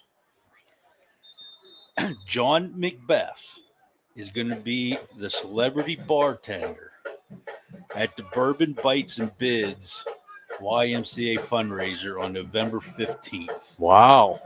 John Macbeth. I didn't know he was still around. That is big news. I haven't seen John since the 8th grade picnic. Oh, he's around.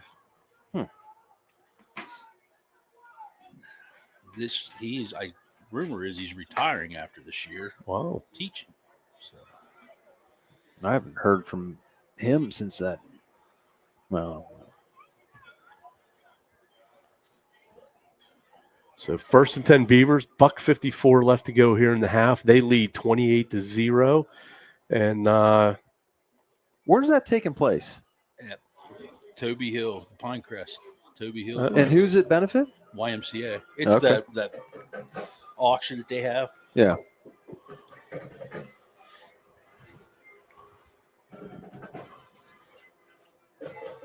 I mean, he's an elementary teacher. How's he ever going to know how much to mix what? Well, I was just gonna say I might look up like the top 5 hardest drinks to make because he's got a lot of patience.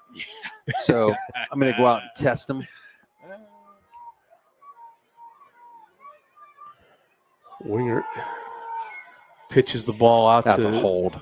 London Duncan, and Duncan crosses midfield, and he steps out of bounds. Oh, just shy of the 40-yard line, down to about the 39. We do have some laundry on the field. We'll check this. Looks like the Beavers are walking backwards, so they're anticipating a hold, I believe.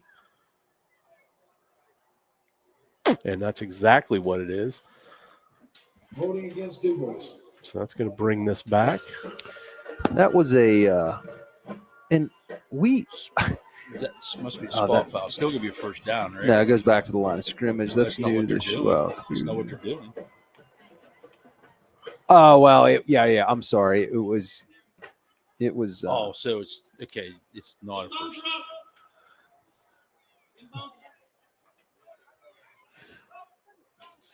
That was a first-year official. Cody Freer, I think is his name. I've worked with him a couple times this year in undercard games from the Johnsonburg area. Wants to be better. Really takes the game serious. It was a nice get by him. Is that down right? Like that's not much punishment. Winger finds Nick Roman, and Roman's going to take this down into Raider territory to about the see where they spot this. Right. Well, the 27-yard line. Yeah, I'm not sure that was applied correctly. Because yes, the penalty was stepped off, but there's still first down. So now you're first down and 3. It was second down. They didn't change the scoreboard had second down.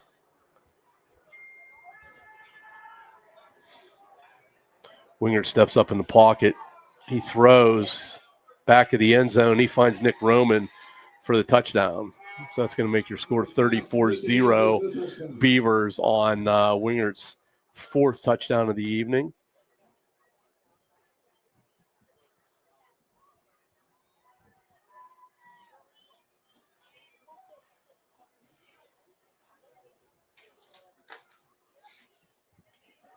What's the ribeye play of the week here?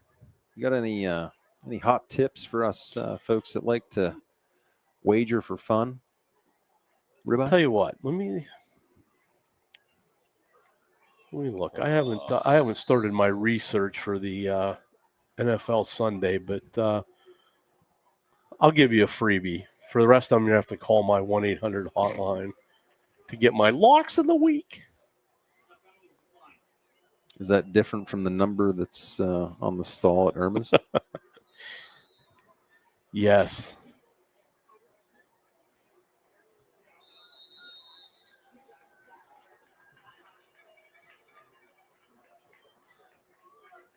This kick is good.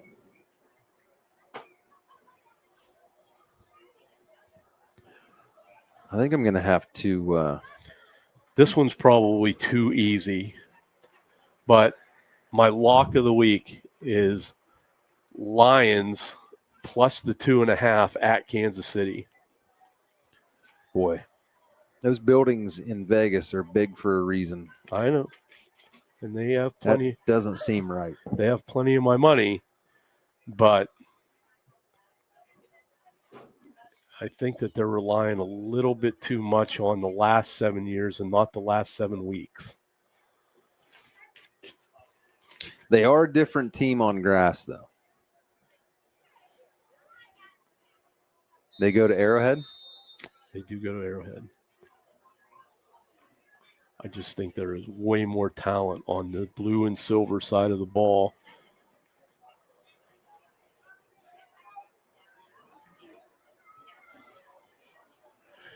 There's the kick by DuBois. That's going to be taken by Householder. Householder runs up. He crosses the 20, the 25. He's going to be brought down about the 26. Tackle made there by number 88, Avian Bell. First and 10 for the Raiders for around 27. So with a $140 left to go here in the first half, the Beavers have a commanding 35-0 lead on the Raiders. Missing a player. Householder is at running back. And Lawson Gert is at receiver. Yeah, the lawman, Lawson Gert, bringing law and order to the Old West. Lawson Gert.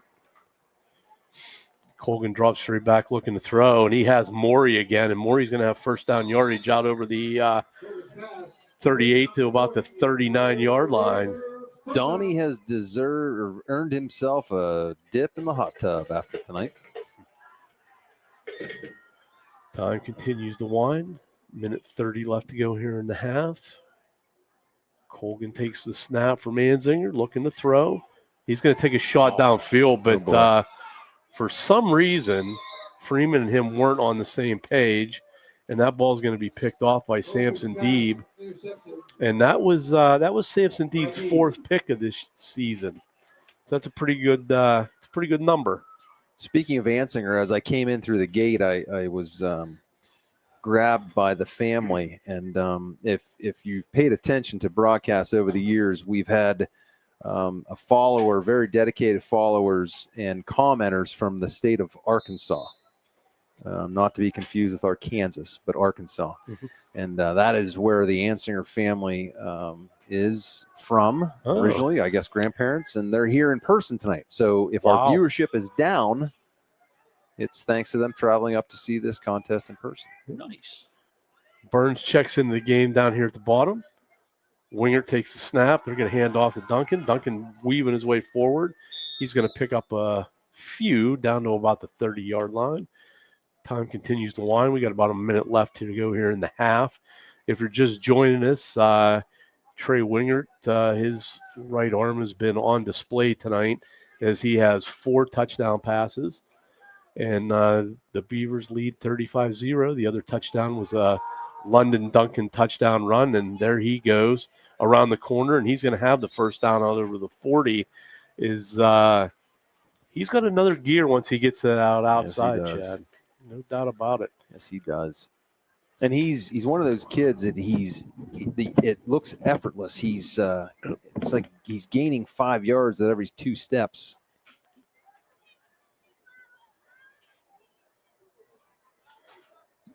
DuBois goes in their own little twin formation as they draw this to Duncan, and boy, oh boy, what a run. He's just sidestepping guys and tacklers. Jeez. Steps through another one. He's going to be eventually brought down there inside the 30, down to about the 29-yard line on a nifty little run there by Duncan. You know, that's a play that is gone by the way, so you don't see it very often. Ron Earhart and the Steel. Remember when they used to run the draw? They would just eat yards alive with that play. Yeah. Yep. Leroy Thompson on the direct snap on that draw. They used to do that. Eric Pegram. Walter Abercrombie. The list goes on and on of legendary Steeler backs. Bananas Foster. Frank Pollard. Frankie P. And that is going to be your first half. As we go to halftime, the Beavers are going to take a 35-0 lead into the half. Stay tuned for the Brookville Raider Marching Band, and we'll be back with some scores from around D9 and get you set for the second half. You're watching Brookville Raider football on Blue Nation Network.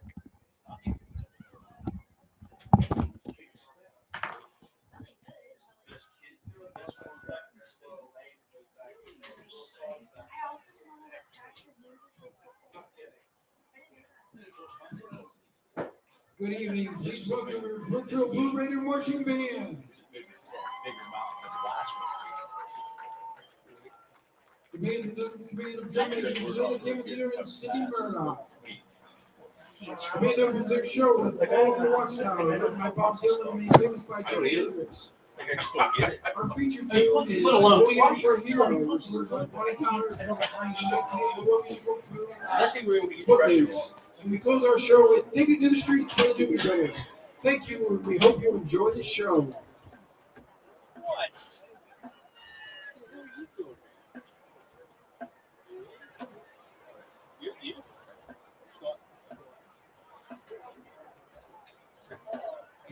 Good, how are you?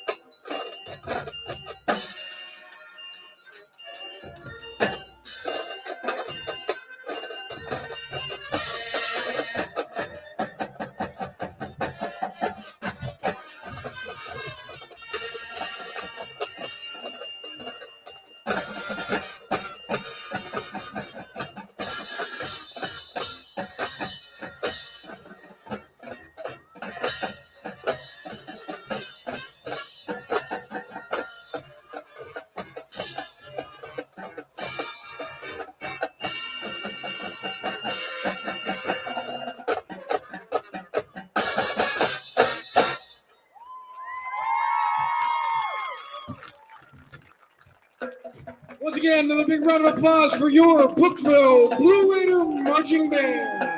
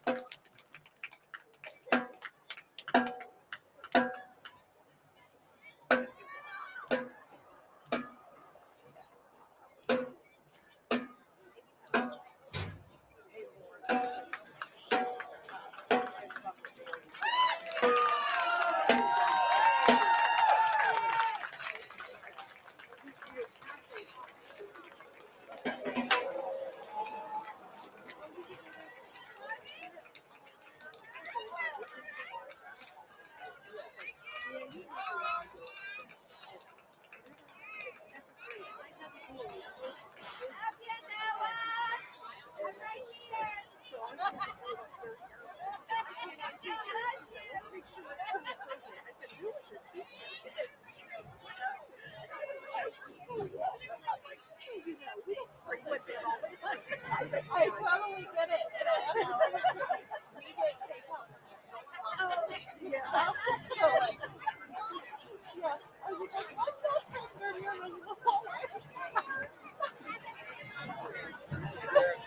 Yeah. Yeah. For sure. I totally get it. It's there. Yeah.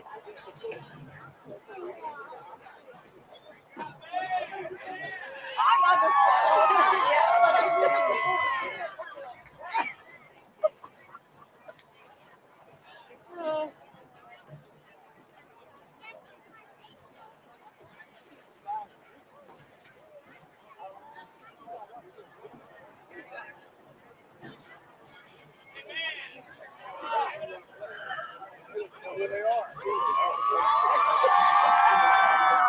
What number is he? I don't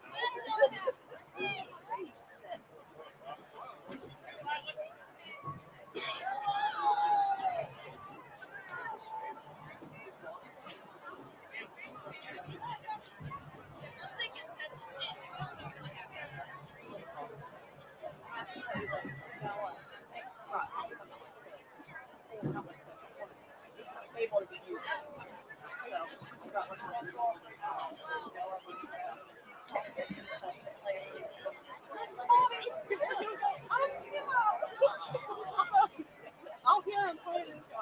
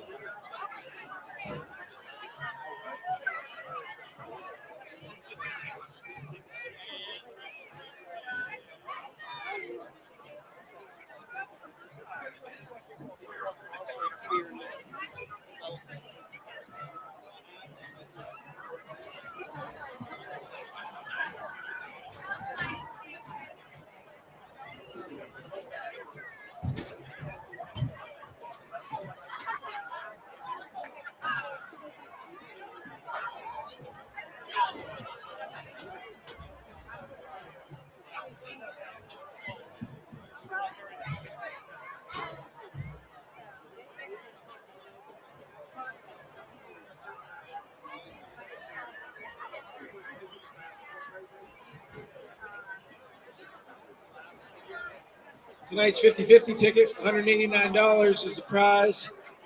Red ticket, you can claim your prize in the press box. Winning ticket number 1722957.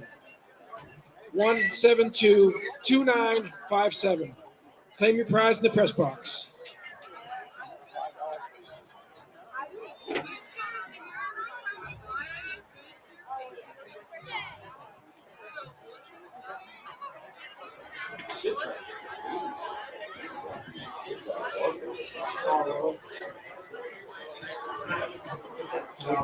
All right, welcome back, guys. We're getting set here to bring you second half action, and while we're waiting for Chad and Scott to get back up here after halftime, let's take a look around District 9, give you some updates on some scores. At the half, Central Clarion leads Bradford 63-0. Karn City leads Brockway 34-14. That's also at the half. Cameron County leads Bucktail 28-0. Clearfield over Somerset 21-0. That's in the second quarter. Kane leads Coudersport 34-0. That's in the second quarter. Juniata Valley leads Kerwinsville 13-8. That's in the second quarter. Ridgeway with an 8-7 lead over Keystone. That's at the half. Ooh. Punxsutawney St. Mary's scoreless at the half. That's a little bit of a surprise. Where's that playing at? St. Mary's, it looks like. Red Bank leads Brashear 16-0. The Union AC Valley Falcon Knights with a 42-0 lead over Smethport. That is also at the half. And that brings you up to date from around District 9. Shaq, we got second half action coming up. And if you're late joining us, DuBois leads Brookville 35-0. Trey Winger with 4 touchdown passes. London Duncan ran another one in from 14 yards. And well, let's see. I think it'll probably go like this. DuBois will probably leave their first string in, probably the Brookville series on defense and offense, and then we might see some changes. I think we're going to see changes from the get-go, just my gut feeling. Get some of these younger guys in. We don't want to get anybody else hurt, especially when the next 2 games we have, they're good. They could mean something to them, right? As far as what if anything happens after the regular season. I know there's a lot there that has to be determined. Sure, but I just. Well, Jack, this game hasn't been all doom and gloom. Well, I mean, no. I like you said before, when it was 28-0, it didn't feel like it. Still doesn't feel like it's a 35-0. But because we moved the ball, we just can't finish drives. And we've had 2 fumbles, maybe 3. I don't remember, an interception. It's just one of those things. It's a little hard for us to stop the kind of firepower that this team has. Yes. I mean, they're loaded at every position, and Winger they are a very, very good team, and I can see them making some noise outside the district. Well, they're going to find out here in a few weeks. They got. I was looking at their schedule. They got Central Clarion. Of course, Central Clarion's kind of down this year. They're not what they were in the past. They only have 3 games left.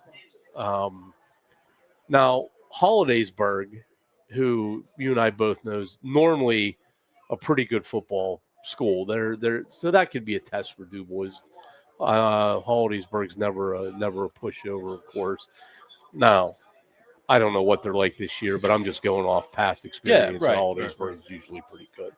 So DuBois will get tested. Now, I would assume that as normal, they're probably going to take their first round of the playoffs is probably going to be out of District 10, probably an Erie team, or that's normally what happens, where they'll play a McDowell or somebody like that. And Prep's down a little bit this year. They're not having quite. I don't know what division they are or whatever. Yeah. But here's the thing: if you want to go back to the old school DuBois, in the old schedule they used to play before they came to the D9, they would do well in that with the team they have this year. You know what I'm saying? Because they played some powerhouses back in the day. Yep.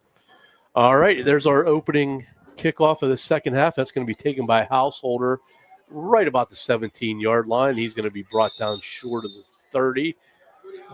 Tackle made there by number 88, Avion Bell. That's his second special teams tackle of the night. So let's see here. Do we see any changes on? Looks like it's starting off since Householder. Did I see Householder out there? Yeah, Householder's out there. Yeah, he's a running back. Krug we won't see Krug again tonight, so hopefully nothing too serious. Oh. Colgan had Freeman on the slant just a little bit behind him. So we got Gabe Han. Is that Gabe Hanna jogging back there? I think it's number 1. Yes, it is number 1. So Gabe Hanna's in the Porter's game up out there. No Yep. Dante. Oh yeah, Dante's in there. He's on the other side.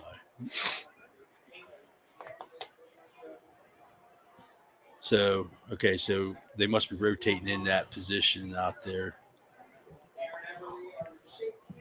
Colgan stays in at quarterback. He's going to take the snap. Hopefully Kellgren's okay.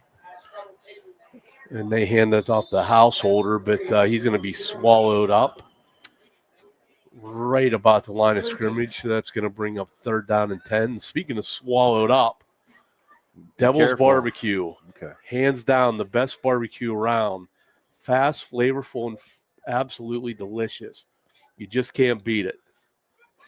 Plus, they're set up at Macbeth's Cabins by the river. Probably not for much longer. It's starting to get a little bit cooler out. So these nicer weekends we have, you might want to stop over and get some barbecue down there and say hi to Rob and MB and the kids and have some amazing food. Devil's Barbecue. And Samson Deeve's going to have his second pick of the night as he scampers out of bounds. And DuBois is going to be set up in deep in Raider territory at about the 25-yard line. What did I miss? I apologize. I was at the bathroom. The line was long enough to make you think they were giving away free stuff inside. Didn't really miss anything. We went over the District 9 scoreboard. Bucktail? Don't tell me. Bucktail's having problems tonight. They're getting shut out by Cameron County. By Cameron County, 28-0, I believe the score was. All right, we got new guys on for DuBois, so they take Trey's helmet. That's classy on them. Good job, Coach. I like kudos to DuBois. TJ Winger. I do too. I think he is one of the class acts of District 9. So who's our new quarterback? What's that number, Shaq? 15? 15? That's going to be Connor Perkins. And I think it's a 40 number here running the ball.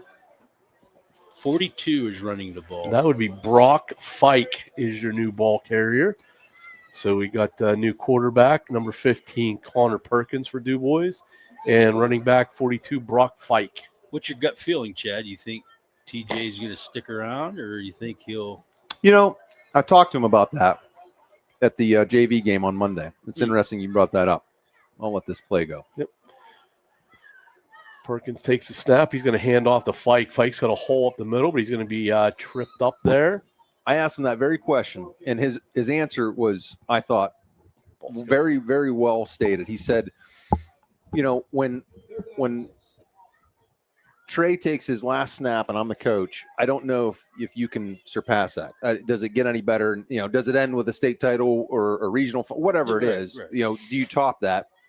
And I said, absolutely not.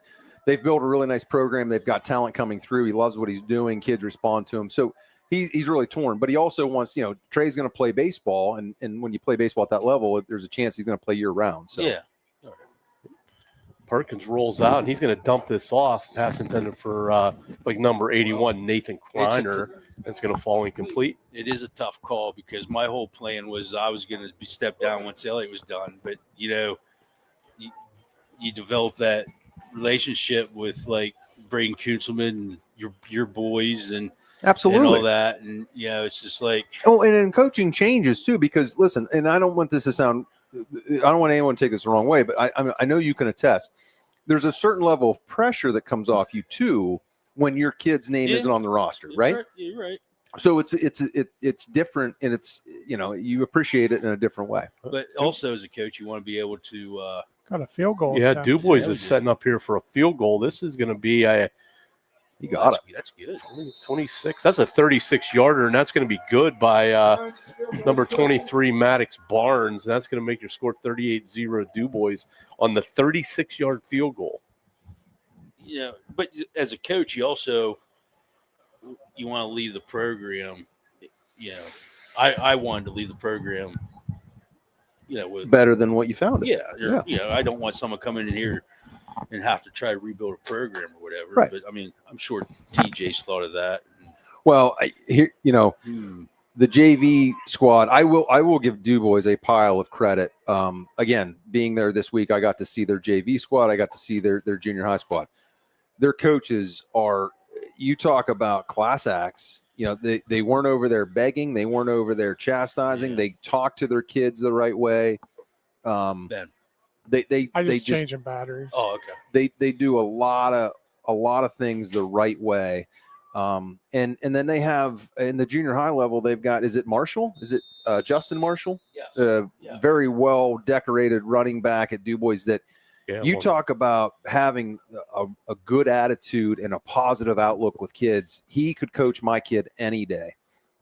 Really, respect and was impressed by him. High kick by dude. Barnes, taken by Householder. This time Householder got ahead of steam. He's going to cross over the 30 down to about the 33-yard line. 7:30 left here to go in the third quarter. Brookville trails DuBois 38-0. And speaking of junior high, you'll see Marshall this week. Brookville, yeah. So I'm really looking forward to seeing Casey and his group take on that squad. That should be a really, really good football game. Because Brockway beat DuBois. Yeah. So it's going to be good. Yeah. So I think that'll be a very, very fair contest.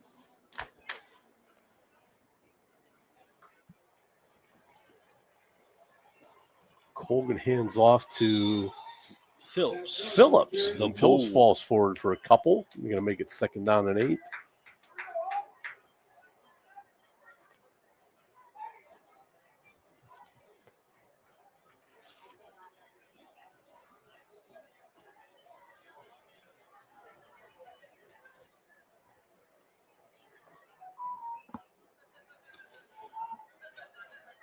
Yeah, the Casey Belfier and his group at the junior high level. I mean, you're down there too, Shaq. That group has been extremely impressive this year. I know last year they had some struggles, and they've really righted the ship this year. They look clean.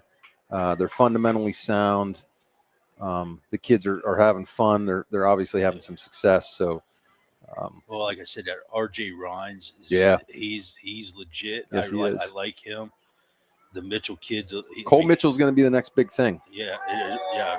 Running back, and then Coleman's good. He's a heavy hitter. Yeah, he is. So Colgan gets DuBois to jump on the hard count. That's going to give Brookville a 1st down out at about the 47-yard line. Sorry to interrupt. No. Mitchell has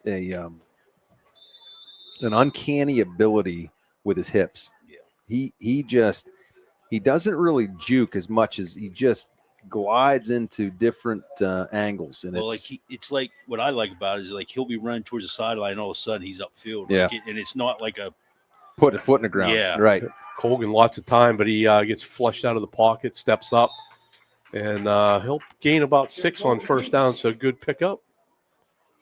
That'll bring up about a 2nd down and 4.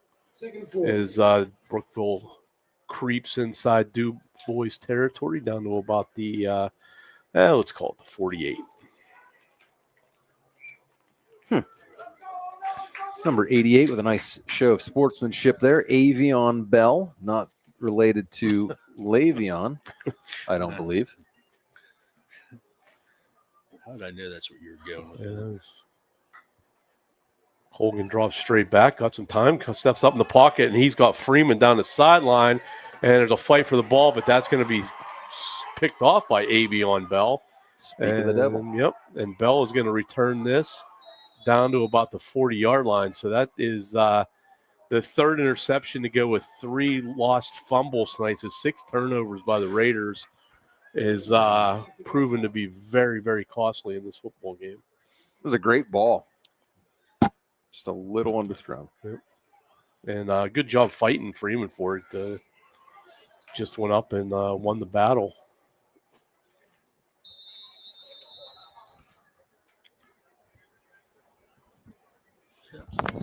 I'm still not. I mean, I know as a coach you're not going to be happy about the turnovers, but I'm still not like. I still feel like we're doing a good job moving the ball. Run it. Perkins goes out of the gun. He's got twins to each side. He hands off. I believe that's Brock Fike that ran that. Fike got back to the line of scrimmage, but he was met by a host of Raiders there that put the stop to him. So 2nd and 9 coming up. 4.5 minutes to go in the third quarter. If you're just joining us, it's been all DuBois. They lead 38-0. 22's coming in at linebacker. Is that Sire, maybe? Off the top of my head, maybe? It is Blake Sire. Good call. Ooh. Looks like we might he have lined up. 59 was offsides. He lined up offsides. So that's going to be a free 5 for DuBois, and that's going to turn a 2nd and 9 into a 2nd and 4. As I use some of that, as Chad likes to say, some of that quick DuBois math.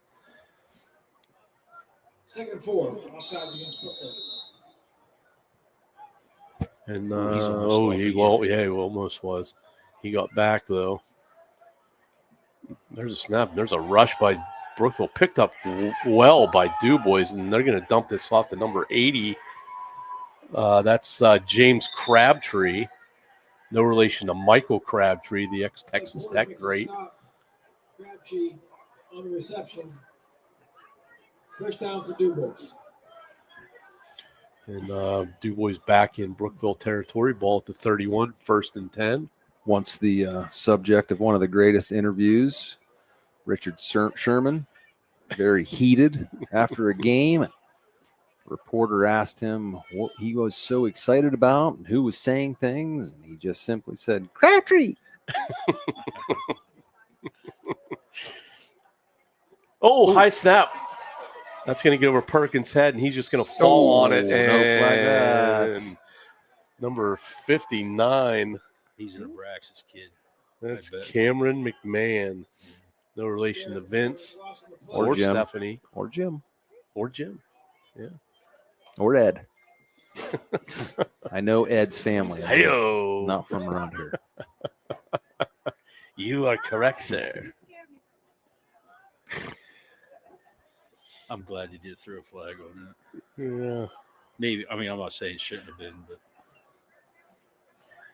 We've got a Hannah. Another high snap gets over Perkins' head. And they're retreating. Ball's going to be fell on back at the 30. Let's and get your DuBois math out now. Well, I'm looking. So that's 61 yards is what that is. So we're going to have a 4th and 61 coming up. No way. 3rd and 61. All right. Maybe I see that's about as far as my DuBois math goes. Yeah. Yeah. Rain Man, you missed that one. Well, they're way off. They have 3rd and 48 on the scoreboard. Well, somebody's wrong. You got 19, 29, 39, and it's more like 47. Number 12, the ball carrier, that is Landon Yowie. And he's going to be stopped short of the first down. Yeah, and Rahola has the ball. Who is animated on the other side? Who is that? Oh, there's a flag. Yeah, that's for him, too. Who was that? Who is? For us? Yeah. 53? No. 53 had the ball. All right, I'm trying to, so I can get him when he turns. I'm locked on him. He's the far side, was a corner 8. That's Porter. Oh, yeah. That was all him. He wanted the ball.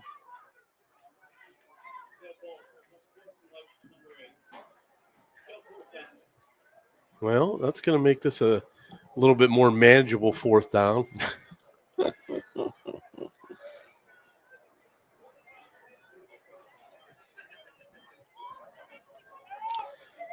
is that, 35?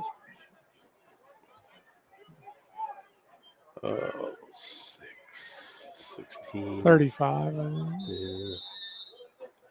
26. 30. Yeah. That's my Brookville math coming in there. Yeah. Decent punt.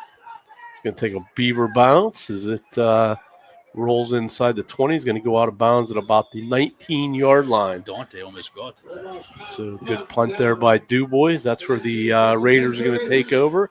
We have 1:21 left to go here in the third quarter. Beavers lead 38-0. And The quarter seems like it's long. this seems like the appropriate time to talk about Wilson's Woodsheds. Yeah. Wilson's Woodshed. They have so many unique items such as flags, switch mats, signs, one-of-a-kind locally made polywood furniture, and all kinds of holiday goodies. Stop by and check them out. It's because the clock's not running. Why is it not running?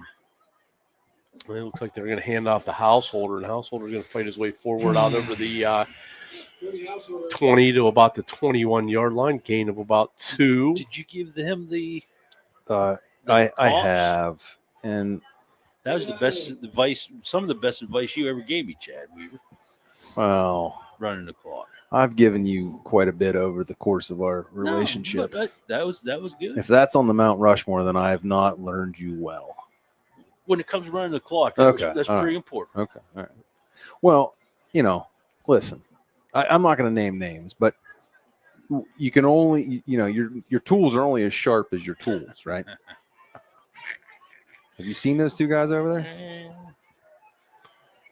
Oh, come on, Gert, run the Another screen pass. This one taken by the lawman, Lawson Gert. Let me tell you why the clock's probably not running, because I was over there for 30 seconds, and this is what I saw. Look at this buck. Well, you won't see this buck anymore. Look at this buck. you wouldn't believe this buck. I mean, it was like a tennis match, back and forth, back and forth.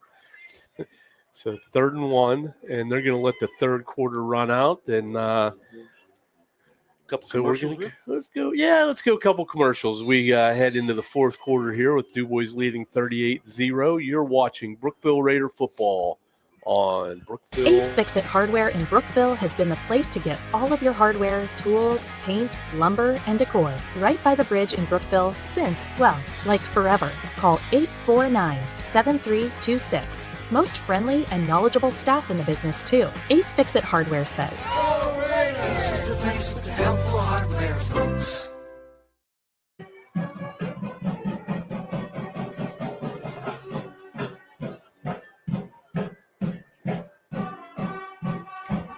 This just from Chris Rhodes, ribeye. Holiday Valley is 7-0, and they haven't been touched. There you go.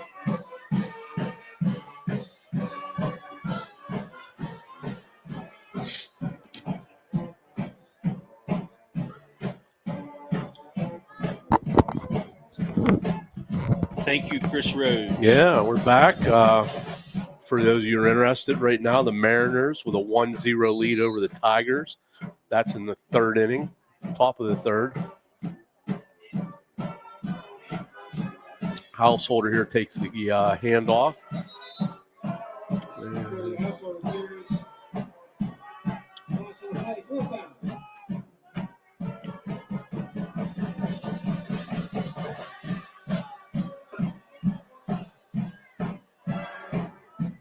Fourth down and 3. Brookville looks like they're going to leave the offense on the field here as they're going to go for this.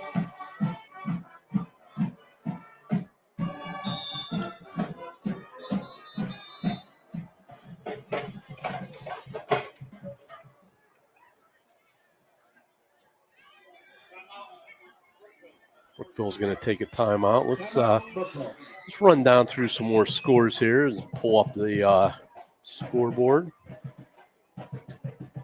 See if anybody's updated. Carn City leads Brockway 42-14. That's in the 3rd quarter. Somerset trails Clearfield 35-0. That's at the half.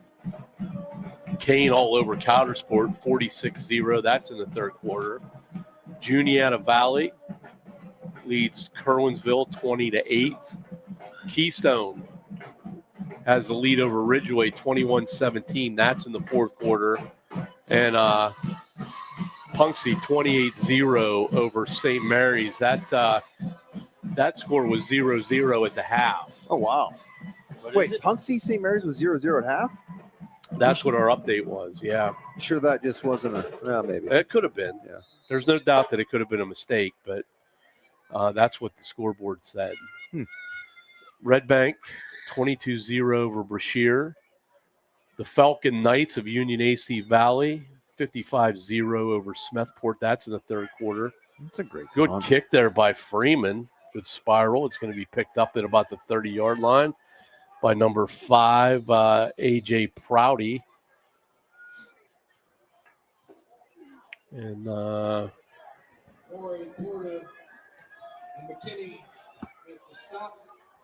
McKinney and Norona on the tackle. Did you say my Sharona? My Norona. Oh, probably shouldn't whistle in the. What? I said I probably shouldn't whistle in the What? headset.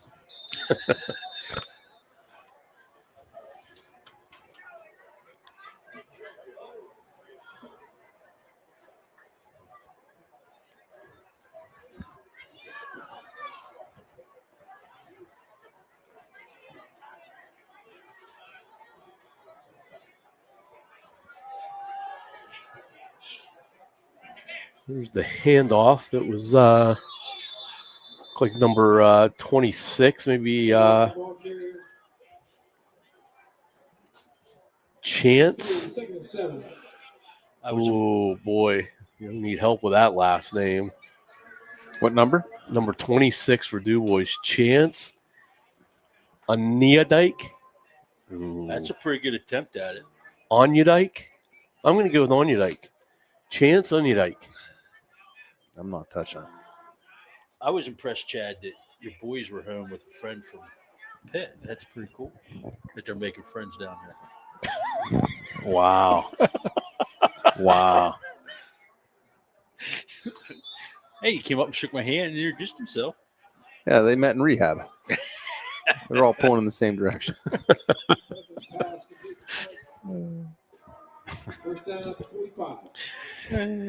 That kid is he's a handful. He is he's from New York. He's from Long Island. Okay. And tomorrow he is going to join us in an attempt to slay a whitetail. Wow. He's never shot a weapon. He's heard them being from New York, but never shot one. Oh, wow. And it was Perkins hand off to number 12, Landon Yohe, but that's going to be whistled dead. Looks like a legal motion on the Beavers.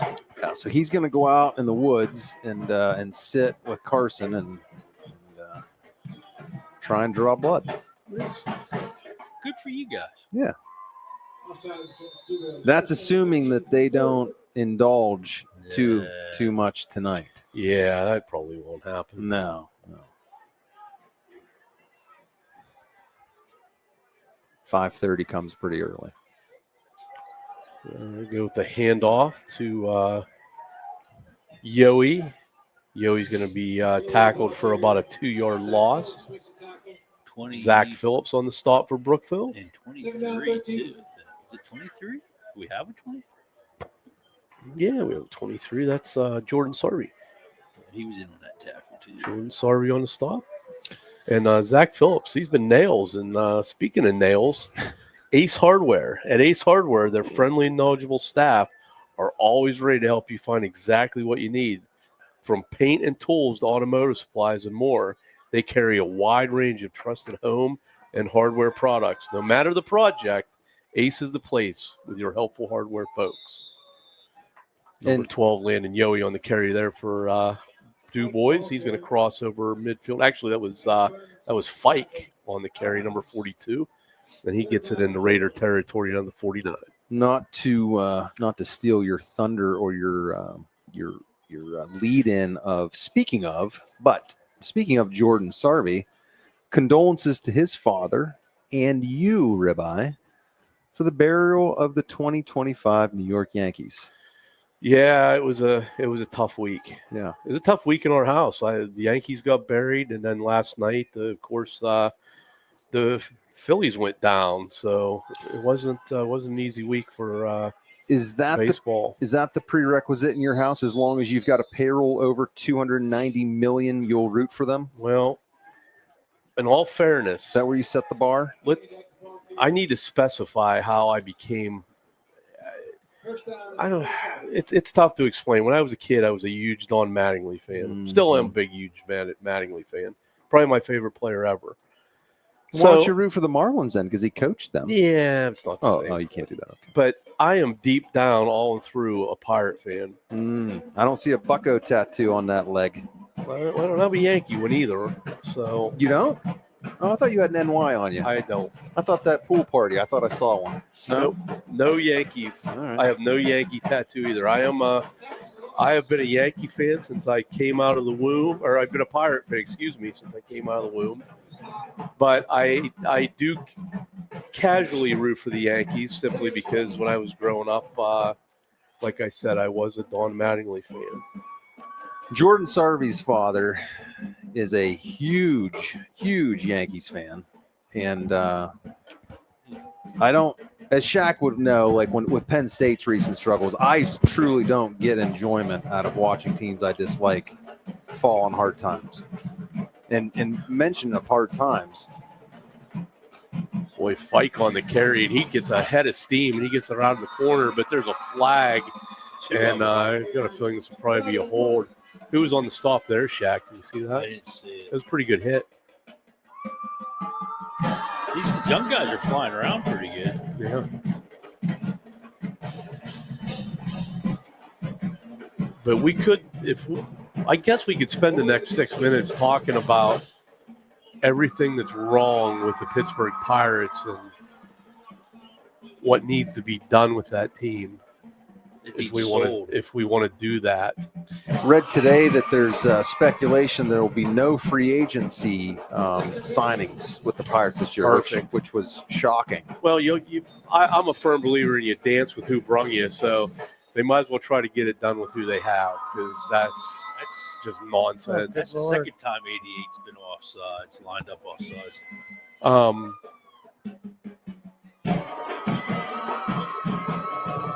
Listen, I'm going to say this about the Pirates. They've played one meaningful game since 1992. And I was there. And they have done nothing to make themselves better. If you were in the NFL and you had as many high draft picks as they've had, you would have an all-star team on the field. Just this week, I've watched 3 guys pitch in playoff games that were once starters for the Pirates who are no longer Pirates, and one that would have pitched for the Yankees if he would have been hurt. So the Pirates have got those guys. They just don't know what to do with them or keep them when they do have them, and they're going to lose another one here in the next couple years because they refuse to go out and put quality players on the field, let alone anybody that can remotely handle a baseball bat. Yeah. Well, the shame of it is my late father went to PNC with me a couple years after it opened, and it was in June, and we're 22 and a half out of first. And he looked around, and he said, Chatty, imagine this place in October. And I was fortunate enough to be down there for the NLCS game, or the wild card game against the Reds. Right. And he couldn't have been any more correct. Yeah. It's DuBois is going to add a score here. That looked like number 26, Chance Onyedike taking that in, and that's going to make it 44-0 DuBois.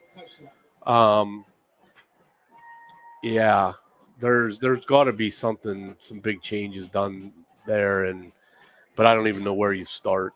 But you finally have a pitching staff that can compete, but you can't expect them to go out and throw no-hitters every night. Right. It just doesn't work that way. Enough about them. Maddox Barnes on to attempt the extra point, make this 45-0. and it's good. So Maddox Barnes has been perfect, and he's also added a 36-yard field goal earlier. So great job by the Beaver kicker. And we're under 5 minutes to go in this football game. Looking forward to next week. We're heading up north to Cameron County to take on the Red Raiders. Kickoff will be at 7 o'clock. Chad's going to be on a special assignment, so he'll be out next week. It'll be me and the coach, Scott Park, and Ben Fisk is bringing you the action, so be sure to tune in, or better yet, take a ride up north to, is that Potter County? Oh, my. I'm not sure what county. Well, I'm guessing it's Cameron County. Yeah. Just You're trying to trick us. Who's buried in Grant's tomb? Did you guys hire a Sherpa yet, or are you just going to try and wing it? Ben hired a Sherpa. We're taking donkeys up north. I feel bad for those donkeys. Tin cans and string. You might have to hardwire something. You guys broadcasting on MySpace? Actually, I think we're in luck. I think it's Seth Fregali bobblehead night. That would be awesome. that would be cool. I'd take one of those. There's probably right now 10 people out there that actually know what that even means. If we're lucky. But speaking of bobbleheads, I don't know if you guys saw the Facebook post of the golf team's picnic. Oh, those are pretty cool. But they all got bobblehead golf in their golf uniforms of themselves. Really? Yeah. Wow. It was pretty neat. That is pretty cool. For you guys wondering, for you people at home wondering who Seth Fregali is, he was a really good wrestler for Cameron County back in the day. So I believe he was a pretty good football player. Yeah, I think you're right too there. Oof. Boy, that was almost the fourth pick of the night. But he was a state champion wrestler. He was. They back in the day. Well, Ben would know as well as anybody. McGraw, Fregali. I don't know. They had some bum by the name of Bruce Ward Ward or yeah. something. Who? He was pretty good. Ben just couldn't beat. I couldn't handle him. Oh.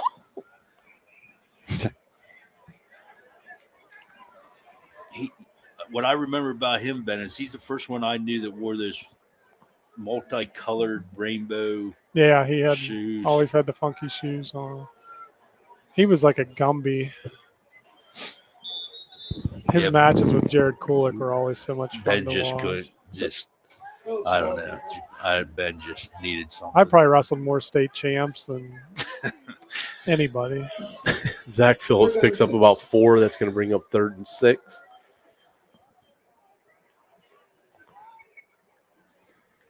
Ben, did you just walk around like challenging them for their belts or what? It did not go well. My worst experience is when I challenged Tom Story my sophomore year.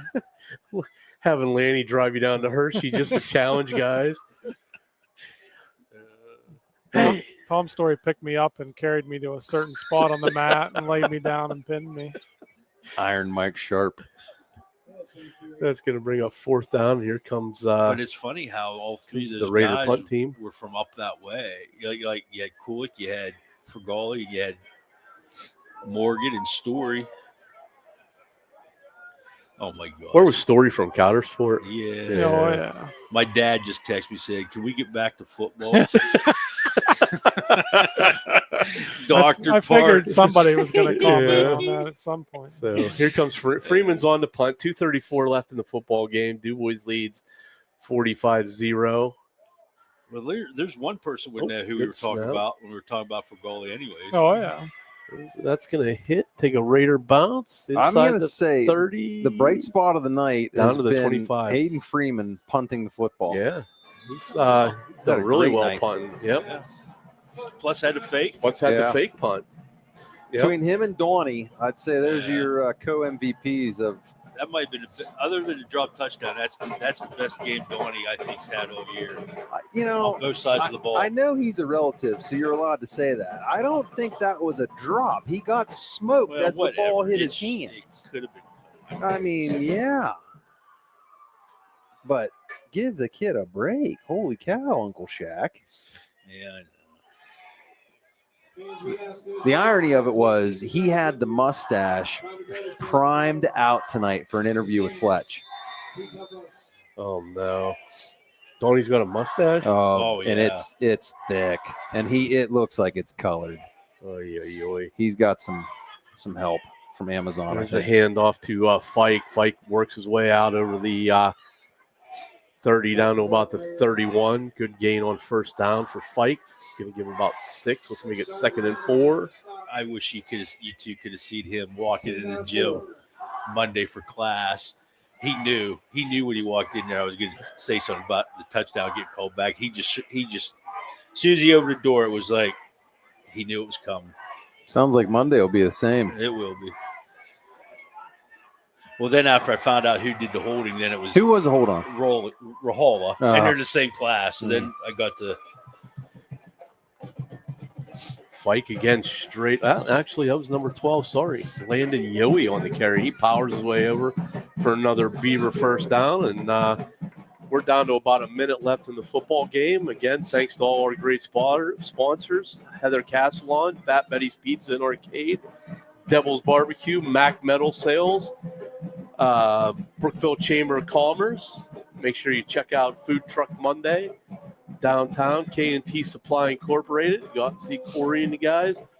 Laurel Eye Clinic, Wilson's Woodshed, and Ace Hardware.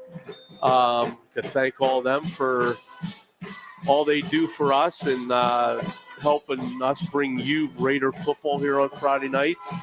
And like I mentioned, we'll be up in Cameron County next week, 7 o'clock. And that's going to just about do it from the wigwam here. Is Brookville is going to fall to the Beavers 45-0. They bring their starters in just to take a knee. Oh, they must have. Okay. And they're going to let time wind down here. So, guys, make sure you join us next week. We'll be on 6:40 for a little pregame, and then 7 o'clock is going to be kickoff. We got 2 games left in the season. We got Cameron County, and then we go to Red Bank the following week. So season's coming to an end. Hopefully we get some postseason action. But that's going to do it from Brookville Area High School. Beavers defeat Brookville 45-0. This is Rob Labeni for Chad Weaver, the coach Scott Park, and Ben Fiskus. You've been watching Brookville Raider football on Blue Nation Network. Have a good evening. We'll see you next week.